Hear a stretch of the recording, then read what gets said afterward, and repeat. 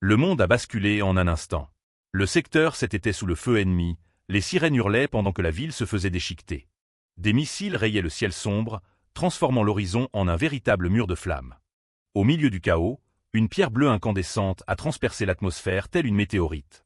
Shen dut s'est réveillé en sursaut, crachant du sang alors qu'une vague d'énergie pure secouait son corps.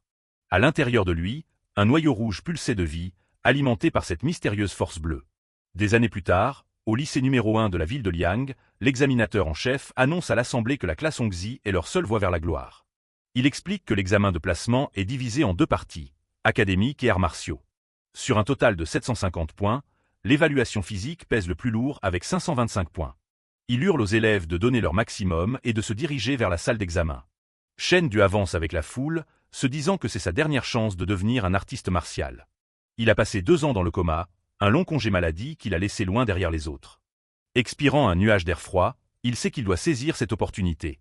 Alors qu'il marche dans le couloir, quelqu'un le repère par derrière. Shen Du jette un œil par-dessus son épaule en entendant son nom. C'est un groupe d'élèves mené par un vrai connard, qui se fout de sa gueule pour avoir osé se pointer après 2 ans d'absence. Le caïd lui colle une grosse main sur l'épaule, mort de rire en voyant que n'importe qui pense avoir ses chances pour la classe d'élite. Il se met à 1 millimètre du visage de Shen Du et lui demande s'il se prend pour un putain de génie. Shen Du chope le poignet du mec avec une poigne de fer et lui dit de plutôt se concentrer sur son propre test. Il s'éloigne sans même un regard en arrière, laissant le groupe sur le cul dans le couloir.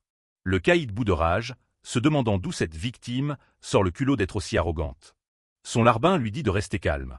Se battre maintenant le ferait disqualifier, alors il ferait mieux d'attendre la partie arts martiaux. Shen Du trouve sa place dans la salle d'examen, l'esprit déjà vif et concentré. De l'autre côté de la salle, la brute le regarde avec un sourire tordu, prévoyant de l'estropier accidentellement pendant l'évaluation. Le terminal informatique s'allume avec la première question, décrire le contexte mondial et le début du calendrier martial supérieur. Le souvenir le frappe. En 2842, une civilisation d'un autre monde a envahi la Terre, et l'humanité a tiré ses bombes nucléaires dans des représailles désespérées. La guerre a échoué et le nombre de morts a dépassé les 5 milliards. La Terre était sur le point de s'effondrer totalement. Mais les radiations nucléaires ont déclenché quelque chose de nouveau. Les humains ont commencé à évoluer, brisant leurs limites physiques. En l'an 2860, chaque adulte avait atteint le niveau 2 d'intensité vitale, marquant le début officiel de l'ère martiale supérieure. Des figures légendaires se sont élevées pendant cette guerre, leurs noms gravés dans l'histoire comme les sauveurs de l'humanité. L'examen passe à la question suivante sur ces héros cruciaux. Puis il l'interroge sur les politiques erronées proposées lors de la restauration de l'ordre mondial. Shen Du enchaîne les questions avec aisance, son cerveau tournant plus vite que n'importe qui d'autre. Il termine en un temps record et clique sur le bouton pour valider.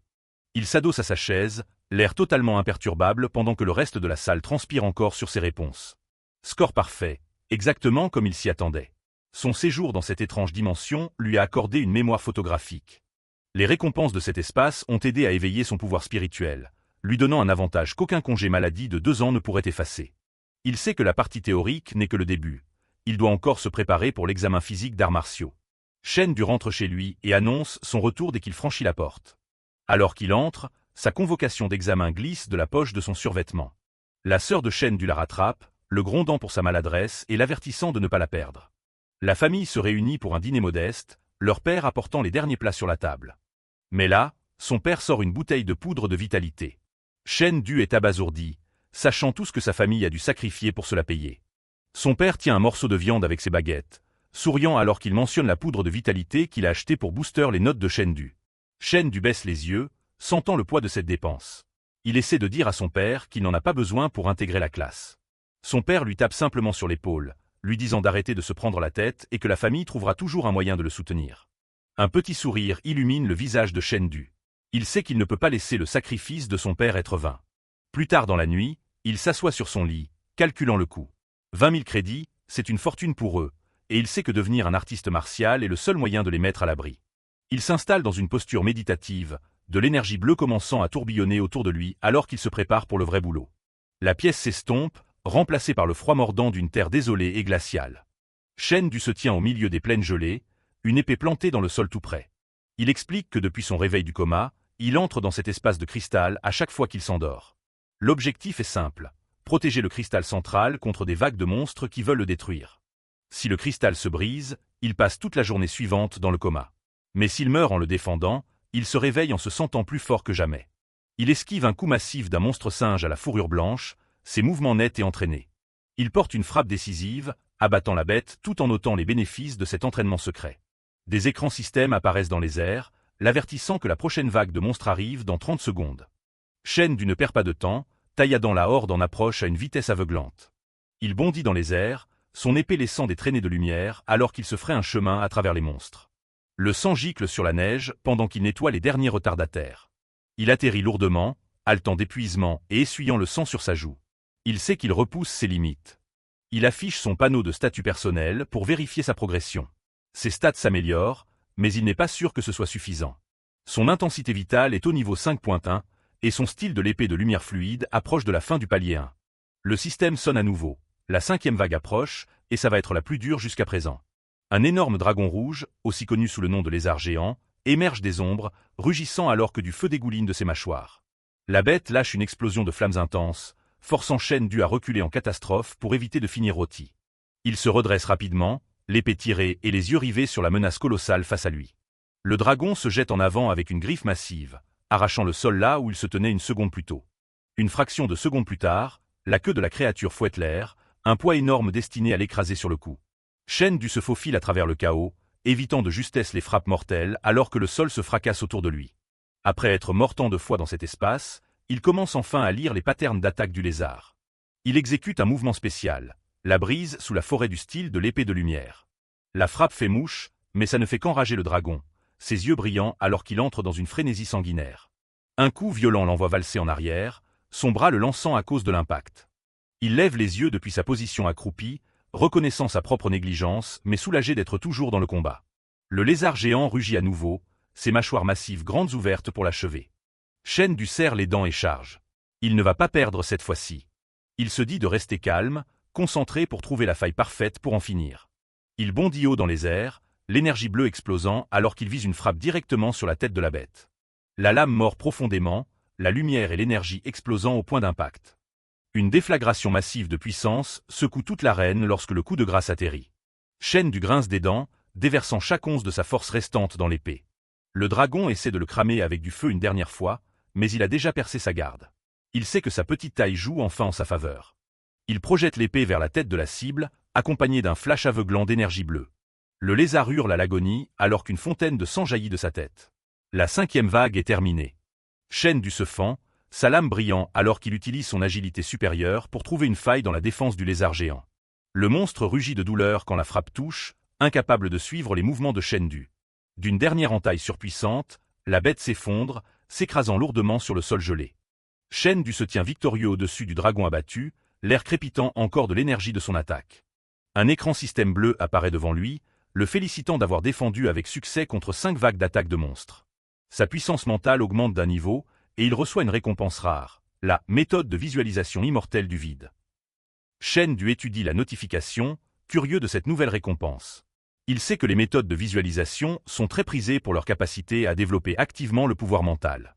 Bien que les récompenses du système l'aient aidé jusqu'à présent, il comprend qu'une vraie méthode de cultivation dédiée a bien plus de valeur sur le long terme.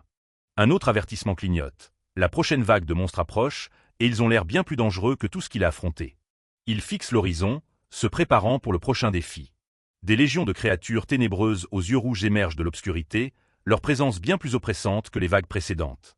Réalisant que leur niveau est nettement supérieur au sien, Shendu décide qu'il ne pourra pas nettoyer ce niveau tout de suite. Il décide de se concentrer sur la méthode de visualisation d'abord, invoquant le manuel lumineux dans sa main. Alors qu'il l'active, le monde autour de lui change. Il se retrouve debout à la surface d'une mer sombre couverte de rides, sous un ciel étoilé. Soudain, un géant colossal et ténébreux se dresse au-dessus de lui, ses multiples yeux rouges brillant d'une puissance ancienne et terrifiante. L'envergure même du géant de visualisation est écrasante, sa forme semblant dévorer l'horizon. Shendu réalise que la visualisation est une épreuve en soi. Il doit supporter le regard de cette horreur cosmique pour renforcer son esprit. De retour dans le monde réel, Shendu est assis en profonde méditation sur son lit, son corps enveloppé d'une aura bleue rayonnante alors qu'il assimile la technique. Le lendemain matin, sa sœur fait irruption dans la chambre pour lui dire que le petit déjeuner est prêt, le prenant par surprise. Shendu se lève, enfilant une chemise, mais sa sœur est stupéfaite par la vue de son tout nouveau physique incroyablement musclé. Il lui lance un regard confiant, un peu crâneur, conscient des changements spectaculaires que son corps a subis pendant la nuit. Il lui ébouriffe les cheveux de manière ludique alors qu'elle se plaint qu'il est trop beau gosse et qu'il décoiffe ses cheveux. Elle quitte la pièce en rougissant, se demandant depuis quand son grand frère ressemble à un mec complètement différent. Debout devant le miroir, Cheng-Du admire les résultats. La méthode de visualisation l'a remodelé, et il se sent plus puissant que jamais. Il fait ses adieux à son père et à sa sœur, partant pour le jour le plus important de sa vie, l'examen d'arts martiaux. Il arrive au gymnase du lycée numéro 1 de Liang City, où des centaines d'étudiants se sont rassemblés pour l'évaluation. Cheng-Du commence à s'échauffer, sentant la puissance fluide dans ses membres et réfléchissant au chemin parcouru. Sa préparation paisible est interrompue par une voix arrogante et familière qui se moque de lui pour s'être pointé après 2 ans d'absence. Feng Rui, suivi de sa bande de larbins, s'approche de Cheng-Du avec un rictus, le traitant de philanthrope, qui n'est là que pour garantir la dernière place. Cheng-Du ne se démonte pas, rétorquant froidement qu'être dernier est toujours mieux que d'échouer au cours académique comme un certain enfoiré qu'il connaît. Le visage de Feng Rui se crispe de rage face à l'insulte, son sourire suffisant disparaissant instantanément. Cheng-Du reste imperturbable, son regard calme indiquant clairement qu'il n'est plus la proie facile qu'il était autrefois. Le camarade de classe sans nom se précipite pour éloigner Cheng-Du, essayant de faire retomber la pression avant l'arrivée des profs.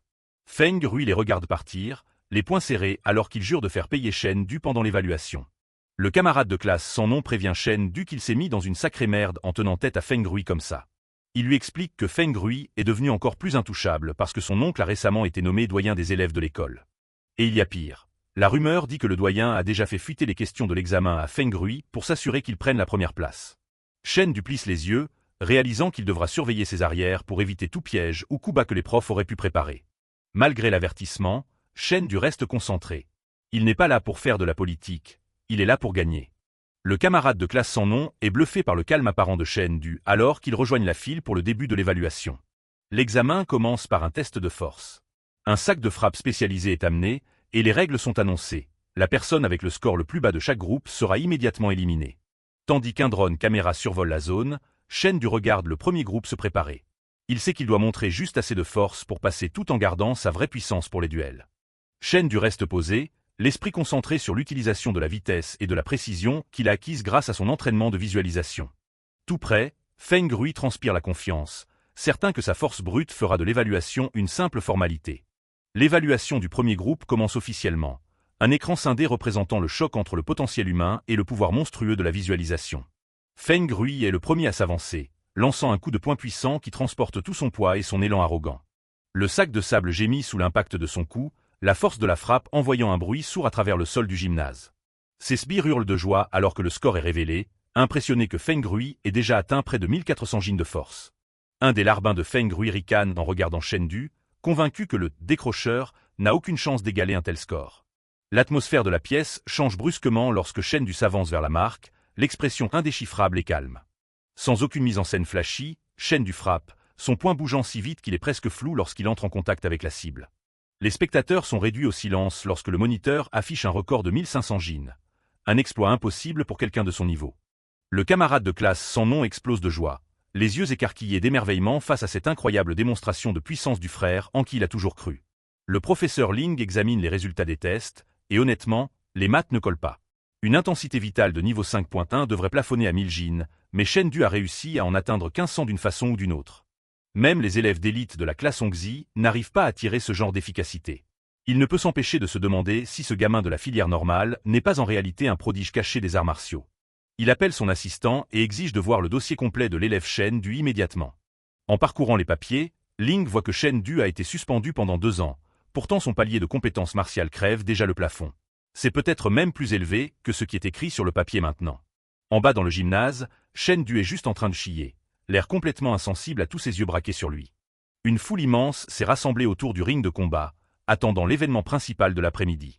Le professeur Ling s'avance et annonce le début du duel de combat. Il appelle les 2 combattants, l'outsider Cheng-Du et son rival, Feng Rui. L'un a l'air prêt pour les affaires, l'autre a l'air de vouloir commettre un meurtre. Les élèves bourdonnent, se demandant si Cheng-Du peut réellement assumer ses scores de force délirants dans un vrai combat. Certains ne sont pas convaincus, s'imaginant que la vraie technique martiale de Feng Rui va essuyer le sol avec sa seule force brute. Feng Rui s'avance avec un bâton, parlant fort pour dire que la dernière victoire de Cheng-Du n'était qu'un coup de bol. Cheng-Du lui lance juste ce petit sourire suffisant en coin, ce qui le fait manifestement sortir de ses gonds. Le combat démarre et Feng Rui passe à l'offensive, faisant tourner son bâton à une vitesse folle. Mais Cheng-Du est là, parant chaque coup avec son épée d'entraînement comme si c'était une danse chorégraphiée. Feng Rui cherche une faille, mais le gosse est un putain de mur de briques. Une frappe touche, enfin, aurait touché, si Shen Du ne l'avait pas dévié à la perfection. Il repousse, forçant Feng Rui à reculer et à réajuster sa posture. Après avoir encaissé un coup douloureux, Feng Rui commence à perdre patience et se retrouve acculé, les yeux injectés de sang alors qu'il se prépare à déverser toute son énergie dans le prochain mouvement pour sauver la face. Il déclenche un barrage de frappes, l'air sifflant autour de lui à cause de la force pure. Shen Du reste calme au centre de la tempête, bloquant chaque coup avec une précision déconcertante. Feng Rui hurle qu'il devrait juste crever et tente un énorme coup fracassant par le dessus. Le bâton s'écrase au sol, ratant Shen Du d'un cheveu et brisant le plancher à la place. Shen Du le regarde, réalisant que combattre des gens est bien plus facile que les monstres dont il a l'habitude de s'occuper dans cet espace de cristal. Il décide qu'il en a assez vu et rend enfin les coups. Une vague massive d'énergie bleue jaillit de son épée, écrasant complètement la défense de Feng Rui. Il réduit la distance en un éclair. Le visage de Feng Rui veut tout dire. Il sait qu'il va passer une très mauvaise journée. L'épée fait mouche, et une puissante onde de choc envoie le gars voler à travers la scène. Feng Rui crache du sang, le souffle totalement coupé par l'impact. Dans une tentative désespérée, il essaie de sortir une dague dissimulée dans sa manche alors qu'il est encore en l'air. Shen Du a 10 longueurs d'avance, désarmant le type avant même qu'il ne puisse penser à s'en servir. Un coup violent atterrit droit sur sa mâchoire. Feng Rui percute le tapis violemment, complètement mis KO. Le reste des élèves est sans voix, fixant le ring dans une incrédulité totale. Le professeur Ling fait signe à l'équipe médicale de trimballer Feng Rui sur une civière pendant qu'il appelle le prochain match. Alors que Shen Du essaie de s'éloigner, Ling le rappelle. Le prof reste juste planté là, lui lançant un long regard appuyé. Shen Du s'incline et s'excuse, disant qu'il s'est un peu emporté et qu'il a mal contrôlé sa force. Ling lui tapote simplement l'épaule et lui dit que se faire amocher dans un duel fait partie du jeu. Il lui dit de rentrer chez lui et de se reposer. Pendant que Shen Du part, Ling se dit que Feng Rui est en miettes alors que Shen Du n'a pas la moindre égratignure. L'écart de niveau est juste dingue. Il décide que ça dépasse ses compétences et ordonne à son IA d'appeler le directeur sur la ligne. Après avoir terminé son examen, Shen Du s'est dirigé vers la salle d'entraînement virtuelle, se disant qu'il était encore trop tôt pour rentrer chez lui, où il serait probablement tout seul de toute façon puisque sa famille n'était pas encore rentrée. Il s'approche de sa capsule de combat virtuel, prêt à se connecter et à continuer de peaufiner ce qu'il a appris. Shen Du note que bien qu'il ne puisse pas se payer un partenaire d'entraînement pro, l'école a eu la gentillesse de fournir à chaque élève une capsule virtuelle pour s'entraîner. La technologie est assez standard. Une fois à l'intérieur, elle vous met en binôme avec des artistes martiaux d'un niveau similaire pour du combat en temps réel. Il ne s'est pas connecté depuis un bail vu qu'il était occupé à combattre des monstres dans cet espace de cristal, donc son rang actuel stagne à un minable niveau bronze. Il sait que Feng Rui a pris une putain de raclée aujourd'hui et qu'il va sûrement faire jouer ses relations pour le garder hors de la classe Hongxi. Le système enregistre tout sur la liste des jeunes de l'Étoile Bleue, qui est en gros un classement mondial utilisé pour les examens d'entrée à l'université. C'est hyper important. Même les gamins de la classe d'élite galèrent à y inscrire leur nom. Il s'installe dans la capsule, prêt à se mettre au boulot. Son plan est simple, grimper assez haut dans le classement pour que l'école n'ait pas d'autre choix que de l'admettre dans la filière d'élite. Le monde numérique se génère autour de lui, un espace bleu épuré où il peut se battre sans conséquence. Il se dit qu'un petit match d'échauffement est le meilleur moyen de se dérouiller. Son avatar se matérialise, et il opte pour le look le plus ridicule possible, un masque de cochon. Il regarde autour de lui, se demandant où est passé son adversaire, mais l'arène semble vide. Soudain, une voix lui reproche d'être trop lent alors qu'une fille aux cheveux violets tombe d'en haut. Elle se jette sur lui avec une rapière fine comme une aiguille avant même qu'il ne puisse cligner des yeux. Elle lui dit que ce n'est pas un examen de l'école. On n'attend pas que l'adversaire dise bonjour avant que les lames ne commencent à voler. Shen Du bloque son mouvement suivant, lui disant qu'il a compris la leçon et qu'il ne lui laissera plus la moindre ouverture. Les deux échangent une rafale de frappes à haute vitesse, leurs lames s'entrechoquant dans un flou de mouvements. Shen Du se fend en avant et crie le nom de son attaque, poussée pointée du dragon pâle. Il a poussé l'épée droit devant, mais son adversaire a fait un pas de côté sans effort pour esquiver le coup. Son adversaire a été prise au dépourvu par ce tempo bizarre, et elle s'est demandé pourquoi il restait autant bloqué sur les formes traditionnelles. Tout en se battant, elle a expliqué que la meilleure façon d'utiliser les arts martiaux n'est pas de suivre un script préétabli, mais de comprendre le cœur du mouvement en lui-même. Il ajuste son masque de cochon, les yeux grands ouverts alors qu'il capte enfin le concept. Elle n'avait pas tort. Pourquoi un coup d'épée devrait-il être limité par une forme fixe? Il se demande comment elle a même pu reconnaître sa technique à l'épée à travers cet avatar de cochon ridicule. Elle plonge à nouveau, lui disant de rester concentré dans le match. Elle est incroyablement douée, et pour une fois, il n'arrive pas à comprendre sur quelle base elle se bat. Elle le surprend lors d'un moment d'inattention et livre une frappe finale et décisive. Il la traite de petite campeuse vicieuse alors que sa vision s'estompe et que le match se termine. Le tableau des scores apparaît. TSK Baer subit la défaite et il perd 10 points de victoire. Il flotte dans le lobby, réfléchissant au combat. Il aurait pu juste utiliser la force brute pour gagner, mais son attaque surprise a vraiment mis en évidence ses faiblesses. Il se répète ses propres mots, réfléchir davantage à l'art martial en lui-même. C'est un conseil en or. Il pense à son art de l'épée de lumière fluide. Il maîtrise bien 3 formes, mais cette poussée pointée du dragon pâle reste un mystère. Il réalise que ce mouvement ressemble plus à une technique d'assassin qu'à une frappe typique de guerrier. Le problème, c'est que son propre style est beaucoup trop direct. Il fonce toujours droit dans le tas. Il décide de replonger directement dans un match pour tester cette nouvelle approche. Cette fois, il tombe sur une véritable armoire à glace du nom de Wang Dashui, qui manie un fléau d'armes géant. C'est basiquement le pire adversaire possible pour un épéiste. Wang Dashui a l'air de vouloir aplatir le gamin au masque de cochon. Shen Du s'en fout de son désavantage d'allonge. Il sait que sa technique est à des années-lumière de ce mec. Il lance une nouvelle technique, peindre le sol comme une prison, pour verrouiller les mouvements du colosse. Il bouge à une vitesse folle, un flou de mouvement alors qu'il prépare sa prochaine attaque.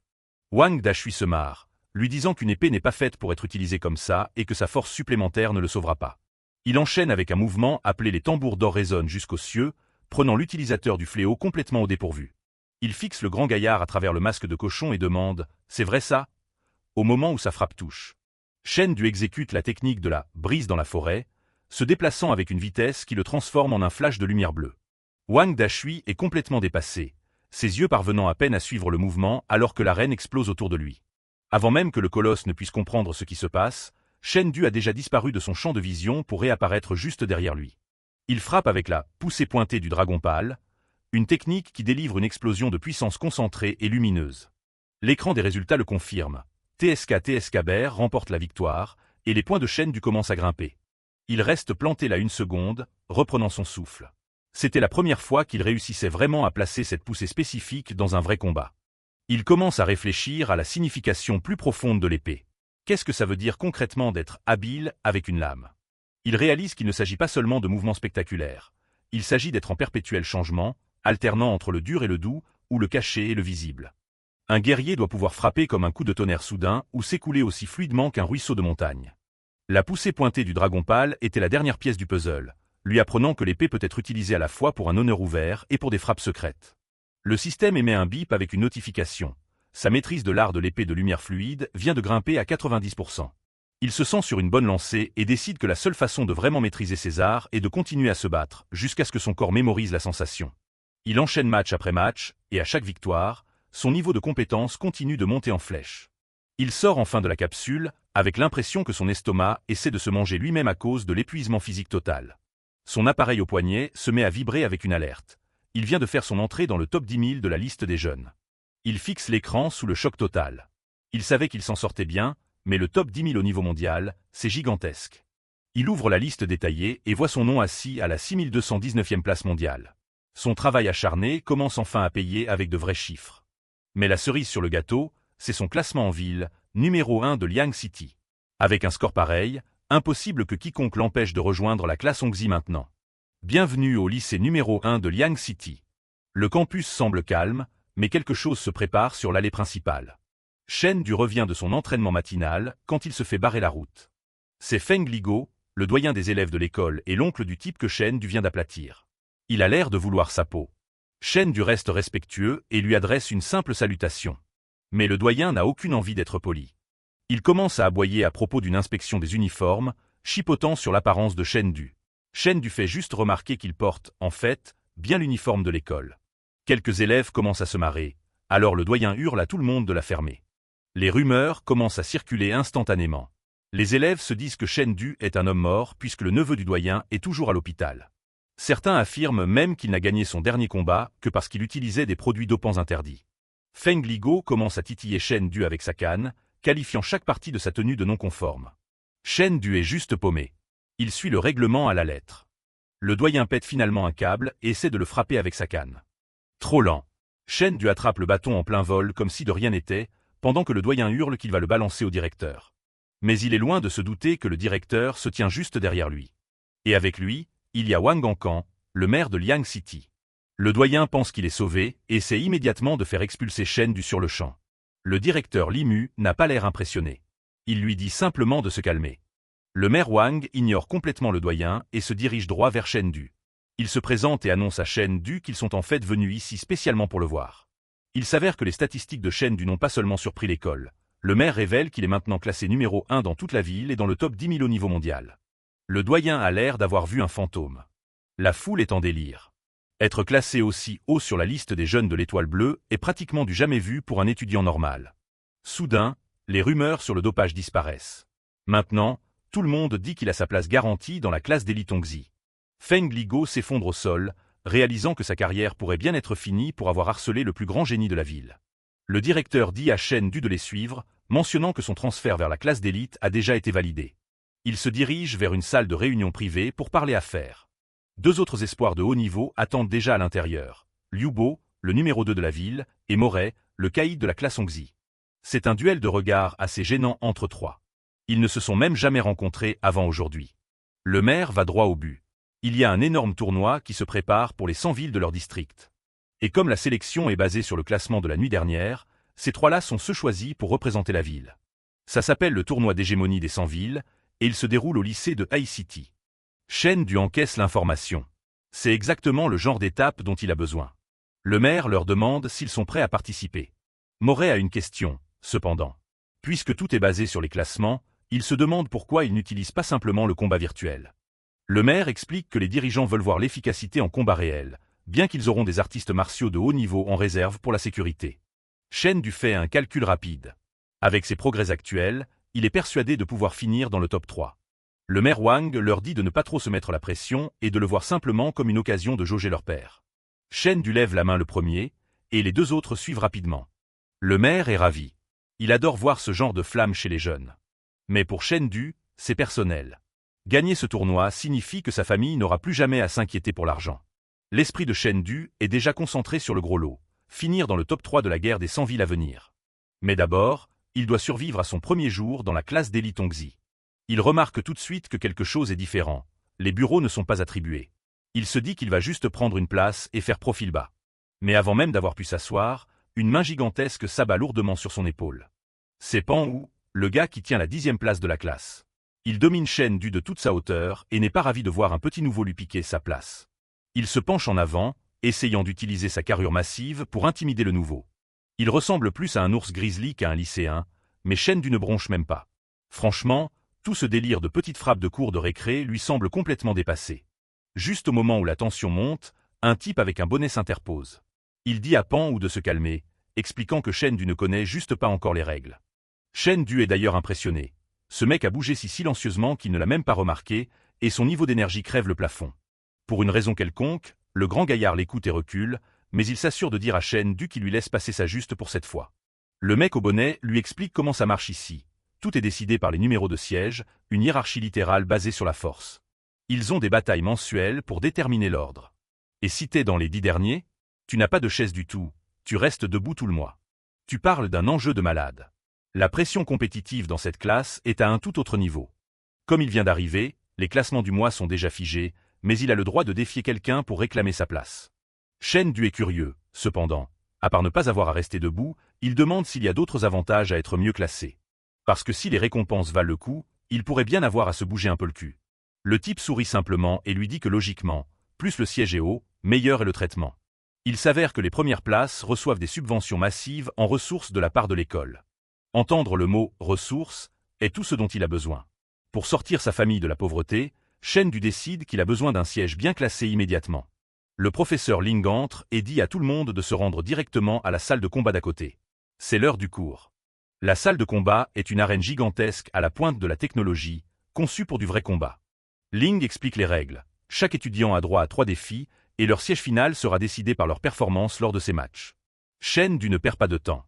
Il s'avance avec son épée et pointe directement Pan Wu. Il prend le 10e siège. Même le professeur Ling est pris au dépourvu par un coup aussi audacieux venant d'un petit nouveau. Le reste de la classe commence à murmurer. Il pense que le nouveau est soit complètement perché, soit carrément arrogant. Le professeur Ling est sceptique aussi. L'intensité vitale mesurée de Chen Du est bien plus faible que celle de n'importe qui dans le top 10. Mais Chen Du ne pense pas aux statistiques. Il pense à ce bond de 50% de subvention entre la 10e et la 11e place. Pour lui, C'est un risque qui en vaut largement la chandelle. Pan Wu trouve toute cette situation hilarante. Il attrape son énorme marteau et prévient Shen Du de ne pas venir pleurer après. Ils se font face au centre de l'arène. « C'est toi le 10e ?» demande Shen Du. Pan Wu a le sourire vicieux d'un prédateur. Il pense qu'il va faire vivre un véritable cauchemar au nouveau pour l'accueillir dans la classe. Le professeur Ling fait signe à Pan Wu de s'équiper et d'entrer dans l'arène. Secrètement, Ling est curieux. Il ne s'attendait pas à ce que Shen Du soit si impatient de faire ses preuves. Il se dit que même si le gamin perd, ça sera un bon moyen de forger son caractère. Le match est lancé. C'est un grand classique de David contre Goliath, sauf que David a une épée d'entraînement très tranchante. Le signal est donné. La bataille pour le 10e siège commence maintenant. Pan Wu fait ce qu'il fait de mieux, cracher ses insultes et dire à Shen Du de se préparer à supplier pour qu'il épargne. Shen Du n'a pas l'air perturbé du tout, il attend tranquillement que le mec fasse le premier pas. Shen Du reste parfaitement immobile alors que la masse géante siffle à quelques centimètres de son visage. Pan Wu abat son arme, convaincu que son adversaire est tout simplement trop lent pour réagir. Les autres élèves commentent déjà la fin du combat, pensant que l'écart d'intensité vitale est beaucoup trop grand pour que Shen Du puisse gérer. Même leur professeur, Lin Yun, regarde à 2 fois en voyant les stats du gamin atteindre soudainement 5.2. Pan Wu lâche un rire, s'imaginant qu'il a déjà remporté le match. La masse géante s'écrase dans un bruit fracassant, soulevant un nuage de poussière et de débris partout. Mais quand la fumée se dissipe, la mâchoire de Pan Wu se décroche en réalisant qu'il a complètement raté sa cible. Shen Du s'est déjà glissé derrière lui, se plaçant dans une posture basse parfaite pour contre-attaquer. Un petit rictus nerveux de Shen Du, il a la grosse brute exactement là où il le voulait. Il frappe vers le haut avec une explosion d'énergie bleue, touchant Pan Wu avec une poussée nette et ultra précise. L'impact est si lourd qu'il envoie ce mastodonte valser droit dans les airs comme une vulgaire poupée de chiffon. Pan Wu redescend violemment sur terre, s'écrasant lourdement juste devant la foule sous le choc. Lin Yun se précipite et attrape la main de Shen Du, reconnaissant immédiatement cette technique de haut niveau. Il est choqué de voir que Shen Du a déjà atteint la maîtrise parfaite du palier 1. Le professeur a du mal à concevoir le fait que ce gamin ait autant évolué du jour au lendemain. Shen Du lève les yeux avec une expression neutre, se demandant pourquoi ils en font toute une histoire. Lin Yun reprend ses esprits et déclare officiellement Shen Du gagnant du duel. Toute la classe se met à bourdonner, incapable de croire qu'il vient de sécher un adversaire de haut niveau en un seul coup. Même les élites classées numéro 1 de la classe, qui le regardaient de haut, sont maintenant obligés de réaliser qu'il est un véritable génie à l'éclosion tardive. Lin Yun lui demande s'il veut continuer pour un meilleur siège, mais Shen Du dit que le numéro 10 lui convient pour l'instant. Il estime que monter plus haut ne vaut pas l'effort supplémentaire pour le moment. Autant économiser son énergie. Soudainement, tout le monde veut devenir son meilleur pote, lui collant presque leur téléphone sous le nez pour l'ajouter sur les réseaux sociaux. Shen Du leur lâche juste un bien sûr nerveux, visiblement pas habitué à toute cette attention soudaine. Pendant ce temps, Pan Wu a fait un virage à 180 degrés, rampant au pied de Shen Du et suppliant son pardon. C'est un spectacle assez pathétique, mais Shen Du reste juste planté là à regarder l'ancien caïd s'aplatir. Lin Yun reste en retrait, observant son élève avec une nouvelle curiosité. Il dit à Shen Du de le rejoindre dans le bureau après les cours. Ils ont quelque chose dont ils doivent discuter. Ils se rendent dans le bureau du directeur, où le chef de l'établissement est occupé à son bureau. Lin Yun va droit au but, demandant s'il reste des places pour l'admission spéciale anticipée dans les meilleures universités. Le directeur est un peu perdu, se demandant pourquoi un étudiant normal poserait une question pareille. Il explique que les prérequis pour ces écoles sont démentiels. Il faut être au palier imparfait. Il précise que même être à seulement 1% de ce niveau représente un obstacle énorme que la plupart des gens ne franchissent jamais. Fatigué de parler dans le vide, Lin Yun dit au directeur de laisser simplement le gamin faire ses preuves sur un mannequin d'entraînement. Le directeur soupire, mais leur désigne un appareil de test spécialisé dans un coin de la pièce. Lin Yun dit à Shen Du d'y aller et de recréer la même attaque qu'il a utilisée lors du duel tout à l'heure. Shen Du se concentre, ses yeux fixés entièrement sur la cible devant lui. Il dégaine sa lame avec une intensité calme qui remplit toute la pièce. Il lâche la poussée pointée du dragon pâle, et une énorme vague d'énergie bleue déchire le mannequin. Le directeur se retrouve avec une machine fumante et sans tête entre les mains, complètement sans voix. Il est vraiment au palier imparfait. Shen Du se frotte juste la nuque, s'excusant maladroitement d'avoir bousillé le matos de l'école. Lin Yun bouillonne littéralement d'excitation, expliquant au directeur que l'instinct de combat de Shen Du est une perle rare qui n'arrive qu'une fois par vie. Il n'a jamais vu un étudiant avec ce genre d'aura de vétéran, comme quelqu'un qui a survécu à un millier de combats à mort. Shen Du se tient là avec un visage sombre et intense, serrant son épée pendant qu'il encaisse les compliments. Le directeur est convaincu, décidant sur le champ que Shen Du a besoin des meilleures ressources d'entraînement que l'école puisse offrir. Il explique à Shen Du que s'il arrive à se classer dans le top 3 du tournoi d'hégémonie des 100 villes, sa place dans une université d'élite est assurée. Shen Du lève la main, visiblement largué sur ce que signifie vraiment cette histoire des admissions spéciales anticipées. Lin Yun lui explique que pour espérer intégrer les 8 meilleures écoles normalement, il faut que l'intensité vitale soit d'au moins niveau 6.5. Il souligne qu'atteindre ce seuil avant l'examen d'entrée est quasi impossible pour la plupart des étudiants. Mais avec l'admission spéciale, tout ce dont il a besoin, c'est d'atteindre le palier imparfait en compétences martiales un mois avant le grand test. Les meilleures universités d'arts martiaux prévoient déjà d'envoyer des recruteurs pour l'observer pendant le tournoi. Shen lui demande si accepter cette admission anticipée signifie qu'il ne pourra plus regarder les autres écoles par la suite. Il avoue que son rêve est en fait d'intégrer l'université d'arts martiaux du Mont Wang. Lin Yun est surpris, car les ressources des meilleures écoles sont toutes à peu près les mêmes. Pourquoi se contenter du Mont Wang?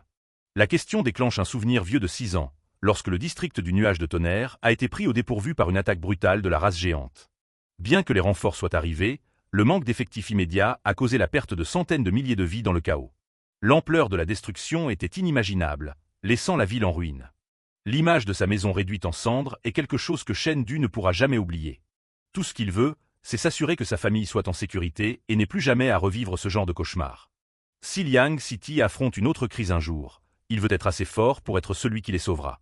Lin Yun le regarde avec un respect nouveau, voyant un gamin prêt à porter une responsabilité écrasante. Il réalise que Shen Du ne se bat pas que pour lui-même, il se bat pour tout ce qu'il aime. Il est rare de voir quelqu'un d'aussi jeune avec un tel niveau de conscience et d'altruisme. Shen Du demande s'il peut simplement utiliser les écoles d'admission spéciale comme filet de sécurité au cas où le Mont Wang ne marcherait pas. Le directeur secoue la tête, expliquant qu'une fois l'admission spéciale acceptée, il doit signer un contrat irrévocable avec cette école. Il avertit Shen Du de ne pas jouer avec son avenir, car la voie normale est bien plus impitoyable. Shen Du les remercie tous les deux et promet d'y réfléchir sérieusement. En franchissant les portes de l'école, il réalise qu'il lui reste plus d'un mois avant même que le tournoi ne commence. Il décide de s'installer dans la salle d'arts martiaux exclusive de l'école pour se concentrer uniquement sur sa progression.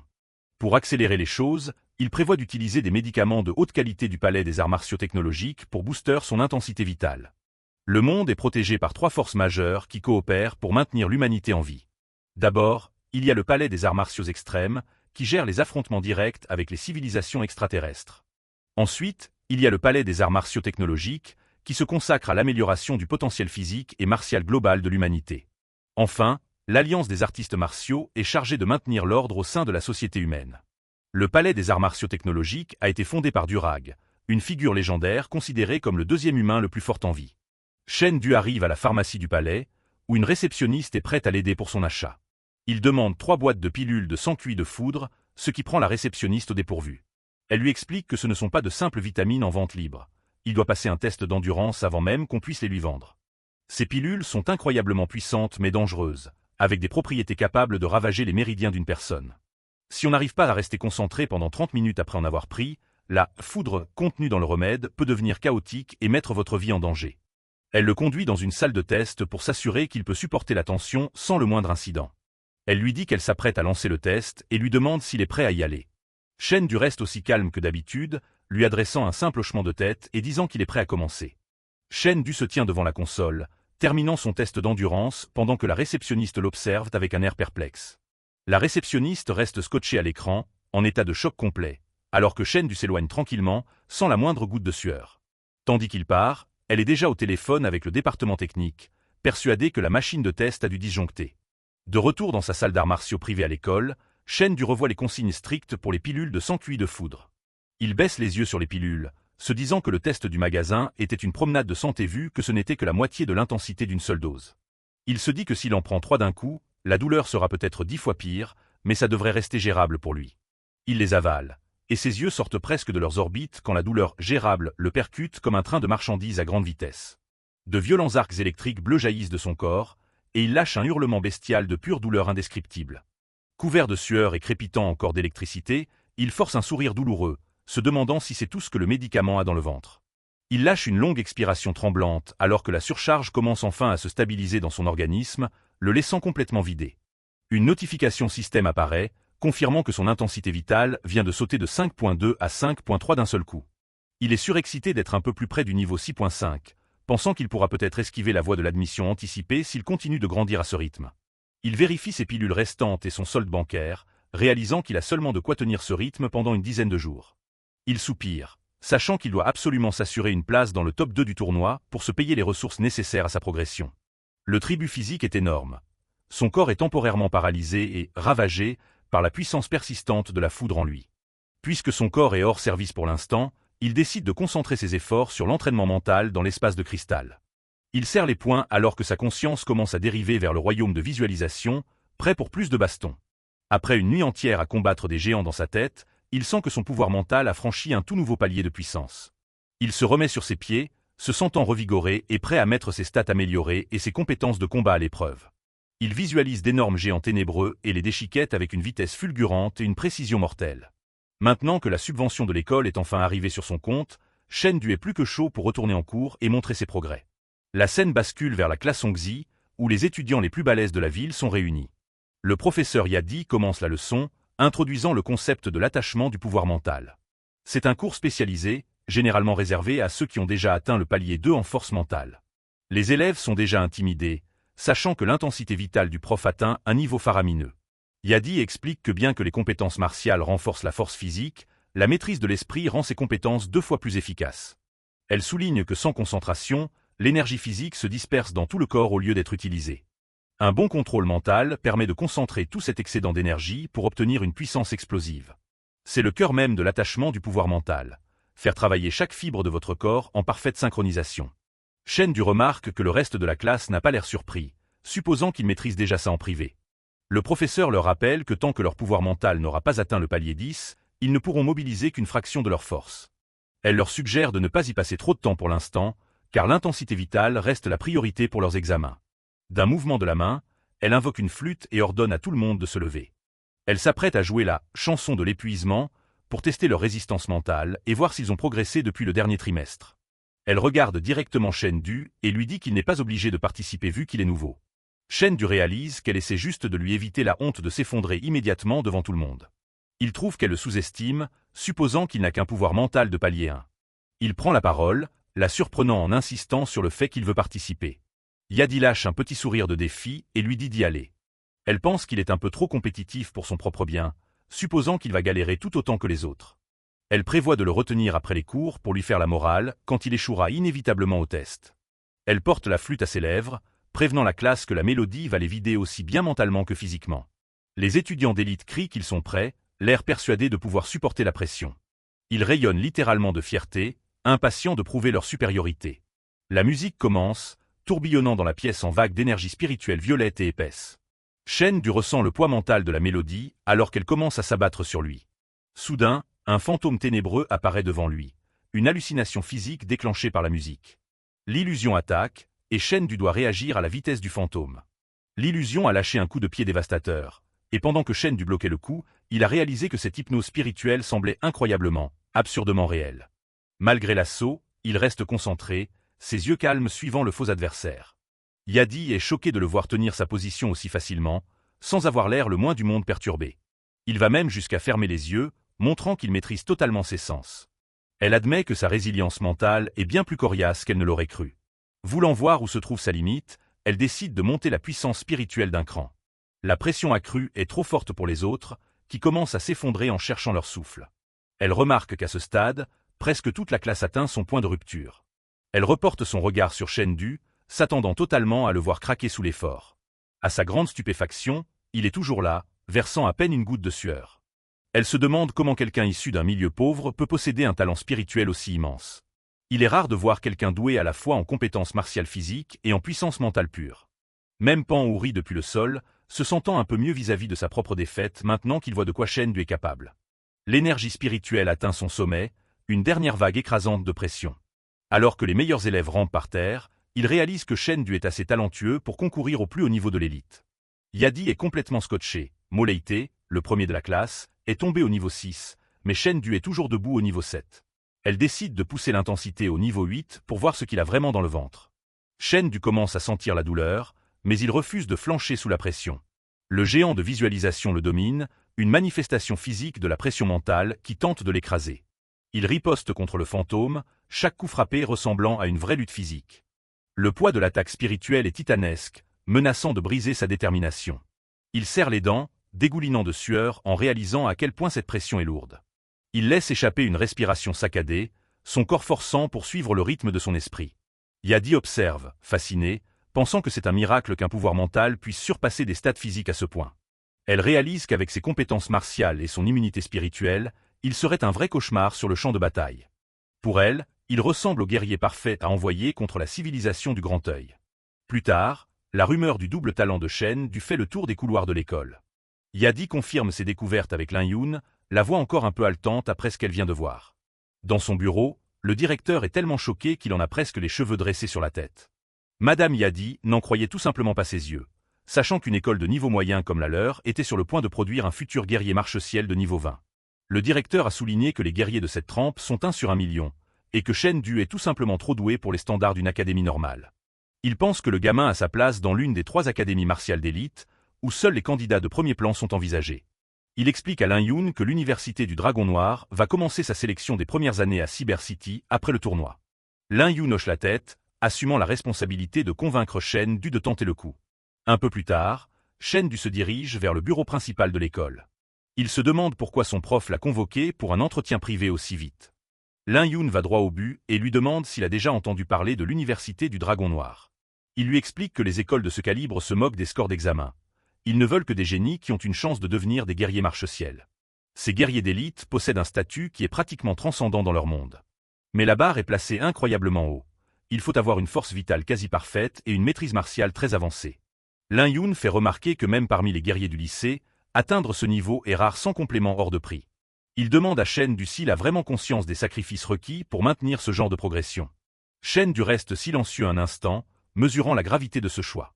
Finalement, il lève les yeux et annonce à Lin Yun qu'il va viser la sélection du Dragon Noir. Au fond de lui, il est tiraillé.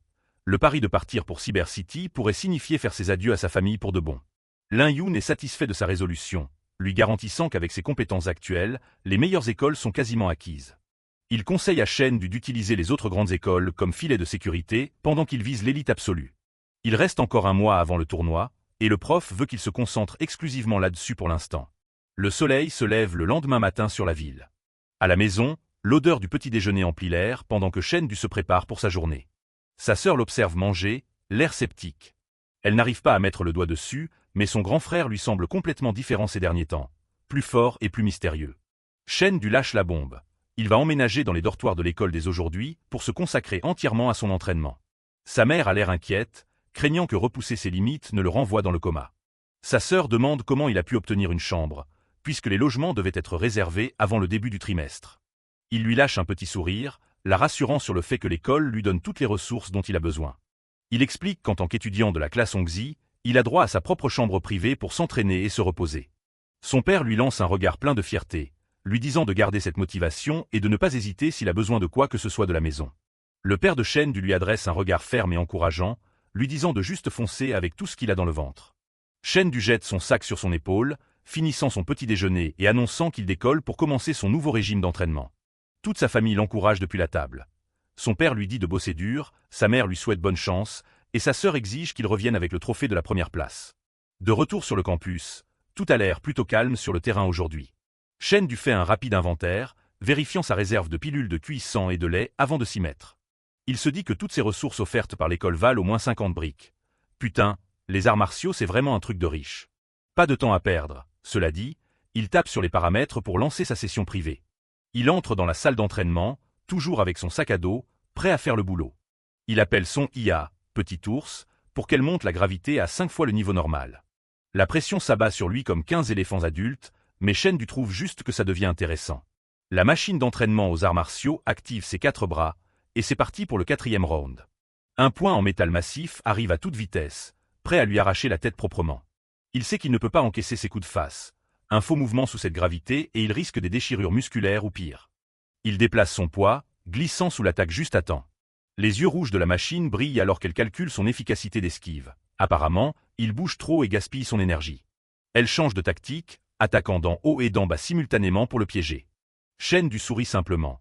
S'il ne peut pas esquiver, il va faire en sorte que la machine ressente elle aussi cette gravité. Il cloue son pied au sol, s'ancrant pour une lourde contre-attaque. Une onde de choc massive déchire la pièce alors qu'il délivre une entaille surpuissante. La machine pose un genou à terre, de la fumée s'échappant de ses articulations sous le coup de l'impact. Mais ce n'est pas encore fini. Elle enclenche son protocole de la dernière chance. Soudain, ses bras s'étirent comme des tentacules, s'enroulant autour de lui avant qu'il ne puisse réagir. Il n'arrive pas à croire qu'elle triche comme ça. Il est pris dans une véritable étreinte mortelle, complètement immobilisé par les membres de la machine. Il dit à Petit Ours de désactiver l'état de gravité. Son corps a atteint ses limites et il a besoin de souffler. Son corps étant vidé, il décide de se concentrer sur son pouvoir mental ensuite. Il entre dans son espace mental, se tenant comme une poussière devant une ombre massive. Le géant de visualisation se dresse au-dessus de lui, une montagne terrifiante de pression. Il force à travers la tension mentale, son aura s'enflammant alors qu'il s'acharne pour obtenir plus de puissance. Ça marche, son pouvoir mental augmente encore de 0,3 niveau. Mais quand il essaie d'en sortir, sa jambe est complètement engourdie. Il est totalement cramé, son esprit est frit et son corps est loin d'avoir récupéré. Laisse tomber, il se laisse simplement tomber sur le sol pour dormir un coup directement là. Il ferme les yeux, plongeant dans un sommeil profond. La seconde d'après, il est dans l'espace de cristal, prêt à polir ses compétences à l'épée. Un bruit sourd résonne à travers le paysage alors que quelque chose d'imposant approche. Une meute de géants lucioles vertes émerge. La dernière fois, il n'a même pas pu abattre un seul de ses gars. Mais il n'est plus le même mec. Il dégaine sa lame, prêt pour la revanche. Il laisse son énergie circuler, son épée brillant d'une aura bleue tranchante. Il réalise que ces plaques vertes sur eux sont en réalité de l'énergie curative, pas de simples marques. Ces géants sont juste de gros sacs de PV. Détruisez les plaques curatives en premier, et ils ne sont plus un problème. Il fonce en avant, sa vitesse laissant une traînée alors qu'il vise les points faibles. Sans cette lourde gravité pour le retenir, son contrôle corporel lui semble meilleur que jamais dans un environnement normal. Il bondit haut dans les airs, redescendant avec un coup de grâce. Il met tout ce qu'il a dans la frappe, bien décidé à terminer ce combat-là, tout de suite. Le géant n'a aucune chance lorsqu'il le fend en deux, l'achevant en un seul flash. Shen Du se sent léger et agile maintenant que l'entraînement en gravité est terminé. Il est prêt à continuer plus tard, mais pour le moment, il se sent au top. S'il continue à s'entraîner comme ça, il est certain de pouvoir se hisser dans le top 3 du tournoi à venir. Ils arrivent enfin à High City pour le très attendu tournoi d'hégémonie des 100 villes. L'hôtel est bien plus luxueux que tout ce que Shen Du a jamais vu. C'est la première fois qu'il met les pieds dans un endroit pareil. Soudain, il entend un boucan près du bureau des inscriptions à propos de quelqu'un qui n'a pas le droit de s'enregistrer. Un mec avec une queue de cheval fout un bordel monstre dans toute la zone d'inscription. C'est Wu Zhang de Lucity, et il est en train de péter un plomb complet contre le personnel. Il affirme être arrivé à l'heure et exige des explications. Le mec est effrayant d'agressivité, se penchant au-dessus de la réceptionniste qui a bien du mal à supporter la pression. Il agrippe son épée, donnant l'impression qu'il va vraiment la dégainer en plein milieu du hall. La foule est paniquée, se demandant si ce gars va vraiment blesser quelqu'un pour une simple erreur d'inscription. Shen Du peut le sentir. L'intention d'épée de ce type est incroyablement forte, facilement au même niveau que le sien. Même les autres étudiants sont choqués qu'un type aussi rustre ait pu atteindre un tel niveau de maîtrise martiale. Mais là, une voix calme perce la tension depuis les hauteurs. C'est Uxiaogu, la princesse des mers. Elle dit au personnel de le laisser s'inscrire en solo et de considérer ses coéquipiers en retard comme forfait. La foule devient dingue. Elle est encore plus magnifique en vrai que sur les photos qu'ils ont vues en ligne. Son pote lui suggère de laisser tomber immédiatement. Elle est bien trop au-dessus de sa ligue. Apparemment, c'est la fille d'un directeur, elle est bourrée aux as et a un talent exceptionnel. C'est la véritable enfant chérie du ciel. Mais Shen Du la reconnaît. Ce visage correspond parfaitement à son adversaire virtuel. C'est la petite fille qui vendait des bombes nucléaires, l'attaquante sournoise de son combat virtuel. Il croyait que ce n'était qu'un avatar généré par le système, pas quelqu'un qui existait vraiment dans la vraie vie. Liu Bo doit le faire sortir de sa transe avant qu'il ne se mette à rêvasser. Shen Du se rappelle que sa compétence martiale était déjà au stade de perfection du premier palier à l'époque, même devant lui. Il se demande à quel point elle a dû devenir encore plus forte depuis. Venir à ce tournoi était définitivement une bonne idée. Plus tard, l'équipe s'installe dans la chambre 301 pour un dernier briefing. Du thé est servi alors qu'il se prépare pour l'explication officielle des règles du tournoi. Les chefs d'équipe annoncent une surprise. Cette année, il y a une bataille de capture de badges supplémentaire avant les phases éliminatoires. Shen Du veut connaître les détails exacts de ces nouvelles règles. Le professeur Lin Yun explique que le tournoi durera 3 jours et consistera en 3 manches épuisantes.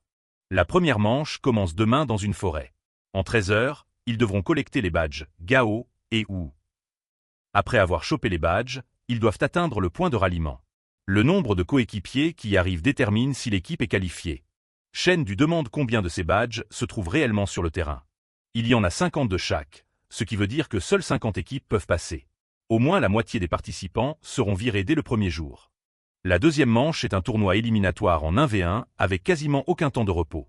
150 personnes seront réduites au top 10 en une seule journée. Les adversaires sont choisis au hasard, mais les coéquipiers ne s'affronteront pas encore.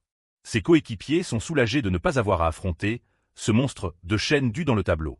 La troisième manche est la bataille du top 10. Atteindre ce stade garantit des récompenses et des points bonus. Mais rester en pleine forme pendant 3 jours de blessures et de combats incessants, c'est là le vrai défi.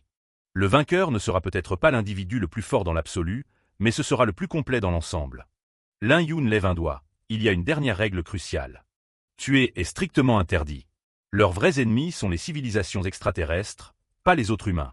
Il est très clair. Ne pointez jamais votre lame vers vos camarades. Tout le monde portera des combinaisons spéciales pour égaliser les niveaux de force vitale, et les chefs d'équipe surveilleront en secret pour la sécurité. Lin Yun les laisse avec un dernier appel. Bien qu'il soit là pour leur sécurité, toute intervention de sa part entraîne la disqualification de l'équipe. Il leur dit de croire en eux pour les combats de demain. Shen Du et ses coéquipiers répondent par un cri d'approbation fracassant, leur détermination brûlant ardemment alors qu'ils se préparent pour la première manche du tournoi. Nous voici au lycée numéro 1 de Heishan, où les choses sérieuses vont commencer. Shen Du regarde une immense zone boisée, surpris qu'il soit réellement face à une forêt. Le directeur Wu Cheng s'approche du micro, se présentant comme l'un des grands patrons qui dirigent ce tournoi. Il désigne un mur immense, expliquant que le portail mène directement à une faille dimensionnelle. Cette zone spécifique s'appelle la forêt des esprits loups, et c'est un royaume spirituel de niveau inconçu pour les débutants. Le protagoniste connaît la chanson.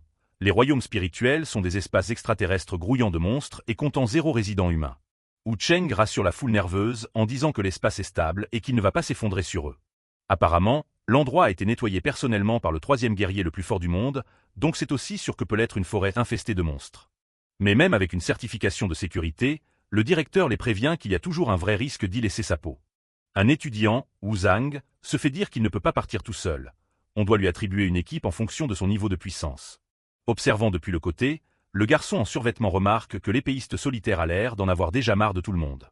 Le directeur scannait son œil pour la reconnaissance de l'iris afin de déverrouiller le portail. Il dit aux étudiants de se préparer car il est temps d'entrer. Un cercle magique gigantesque et lumineux s'active sur le sol sous l'ensemble du groupe. Wu Cheng explique que ce réseau complexe est leur seule voie d'entrée et de sortie puisque la localisation du royaume est un secret absolu.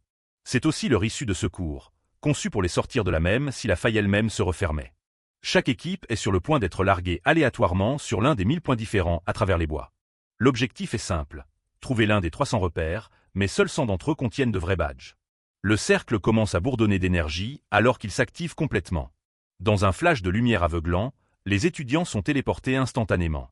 Shen Du se protège les yeux lorsque la téléportation se termine. Il se retrouve debout au milieu d'une forêt brumeuse à l'allure ancienne. Son coéquipier regarde autour de lui, se demandant quel repère il devrait chercher en premier. Liu Bo vérifie son appareil et réalise qu'ils ont de la chance. Il y a un repère juste à côté de leur point d'atterrissage. L'autre membre du trio lève le pouce, prêt à bouger. Tous les 3 se feraient un chemin à travers les broussailles épaisses vers leur premier objectif. Ils trouvent un au pilier de pierre caché parmi les arbres. Une petite fente s'ouvre sur le côté du monolithe avec un clic métallique. Un écran bleu lumineux apparaît, leur demandant de rentrer leurs informations. Quelqu'un tend la main et appuie sur le bouton pour voir s'ils ont décroché le jackpot. Le gamin à la coupe au bol est ravi qu'ils aient trouvé un vrai badge du tout premier coup. Soudain, l'expression du protagoniste change alors qu'il sent quelque chose arriver. Son coéquipier hurle un avertissement juste au moment où une traînée argentée fond sur eux. 2 lances lourdes s'enfoncent dans la terre pile à l'endroit où le groupe se tenait. Shen Du dégaine sa lame, admettant calmement qu'il ne s'attendait pas à ce que quelqu'un les prenne de vitesse. Un assaillant atterrit au sommet du repère en pierre, les regardant de haut. C'est un groupe de Kun City, et leur chef exige qu'ils remettent leur badge s'ils ne veulent pas se faire éliminer. Ces types viennent d'une ville bien plus grande, et dans ce monde, les grandes villes sont généralement synonymes d'étudiants beaucoup plus dangereux. De retour dans l'auditorium principal, le public regarde la confrontation se dérouler sur les grands écrans. Cao Yan s'éclate, riant en proposant de payer les billets d'avion retour pour l'école perdante. Le directeur de Liang City transpire à grosses gouttes, maudissant sa malchance de tomber sur Kun City dès la toute première manche. Pendant ce temps, Shen Du se contente de ricaner, se demandant si ce type pense vraiment être en position de faire des menaces. L'intrus fronce les sourcils, disant au groupe qu'il ferait bien de cracher leur badge s'ils savent ce qui est bon pour eux. Shen Du lui renvoie un sourire suffisant, lui demandant s'il pense vraiment que le nom d'une grande ville les rend plus forts.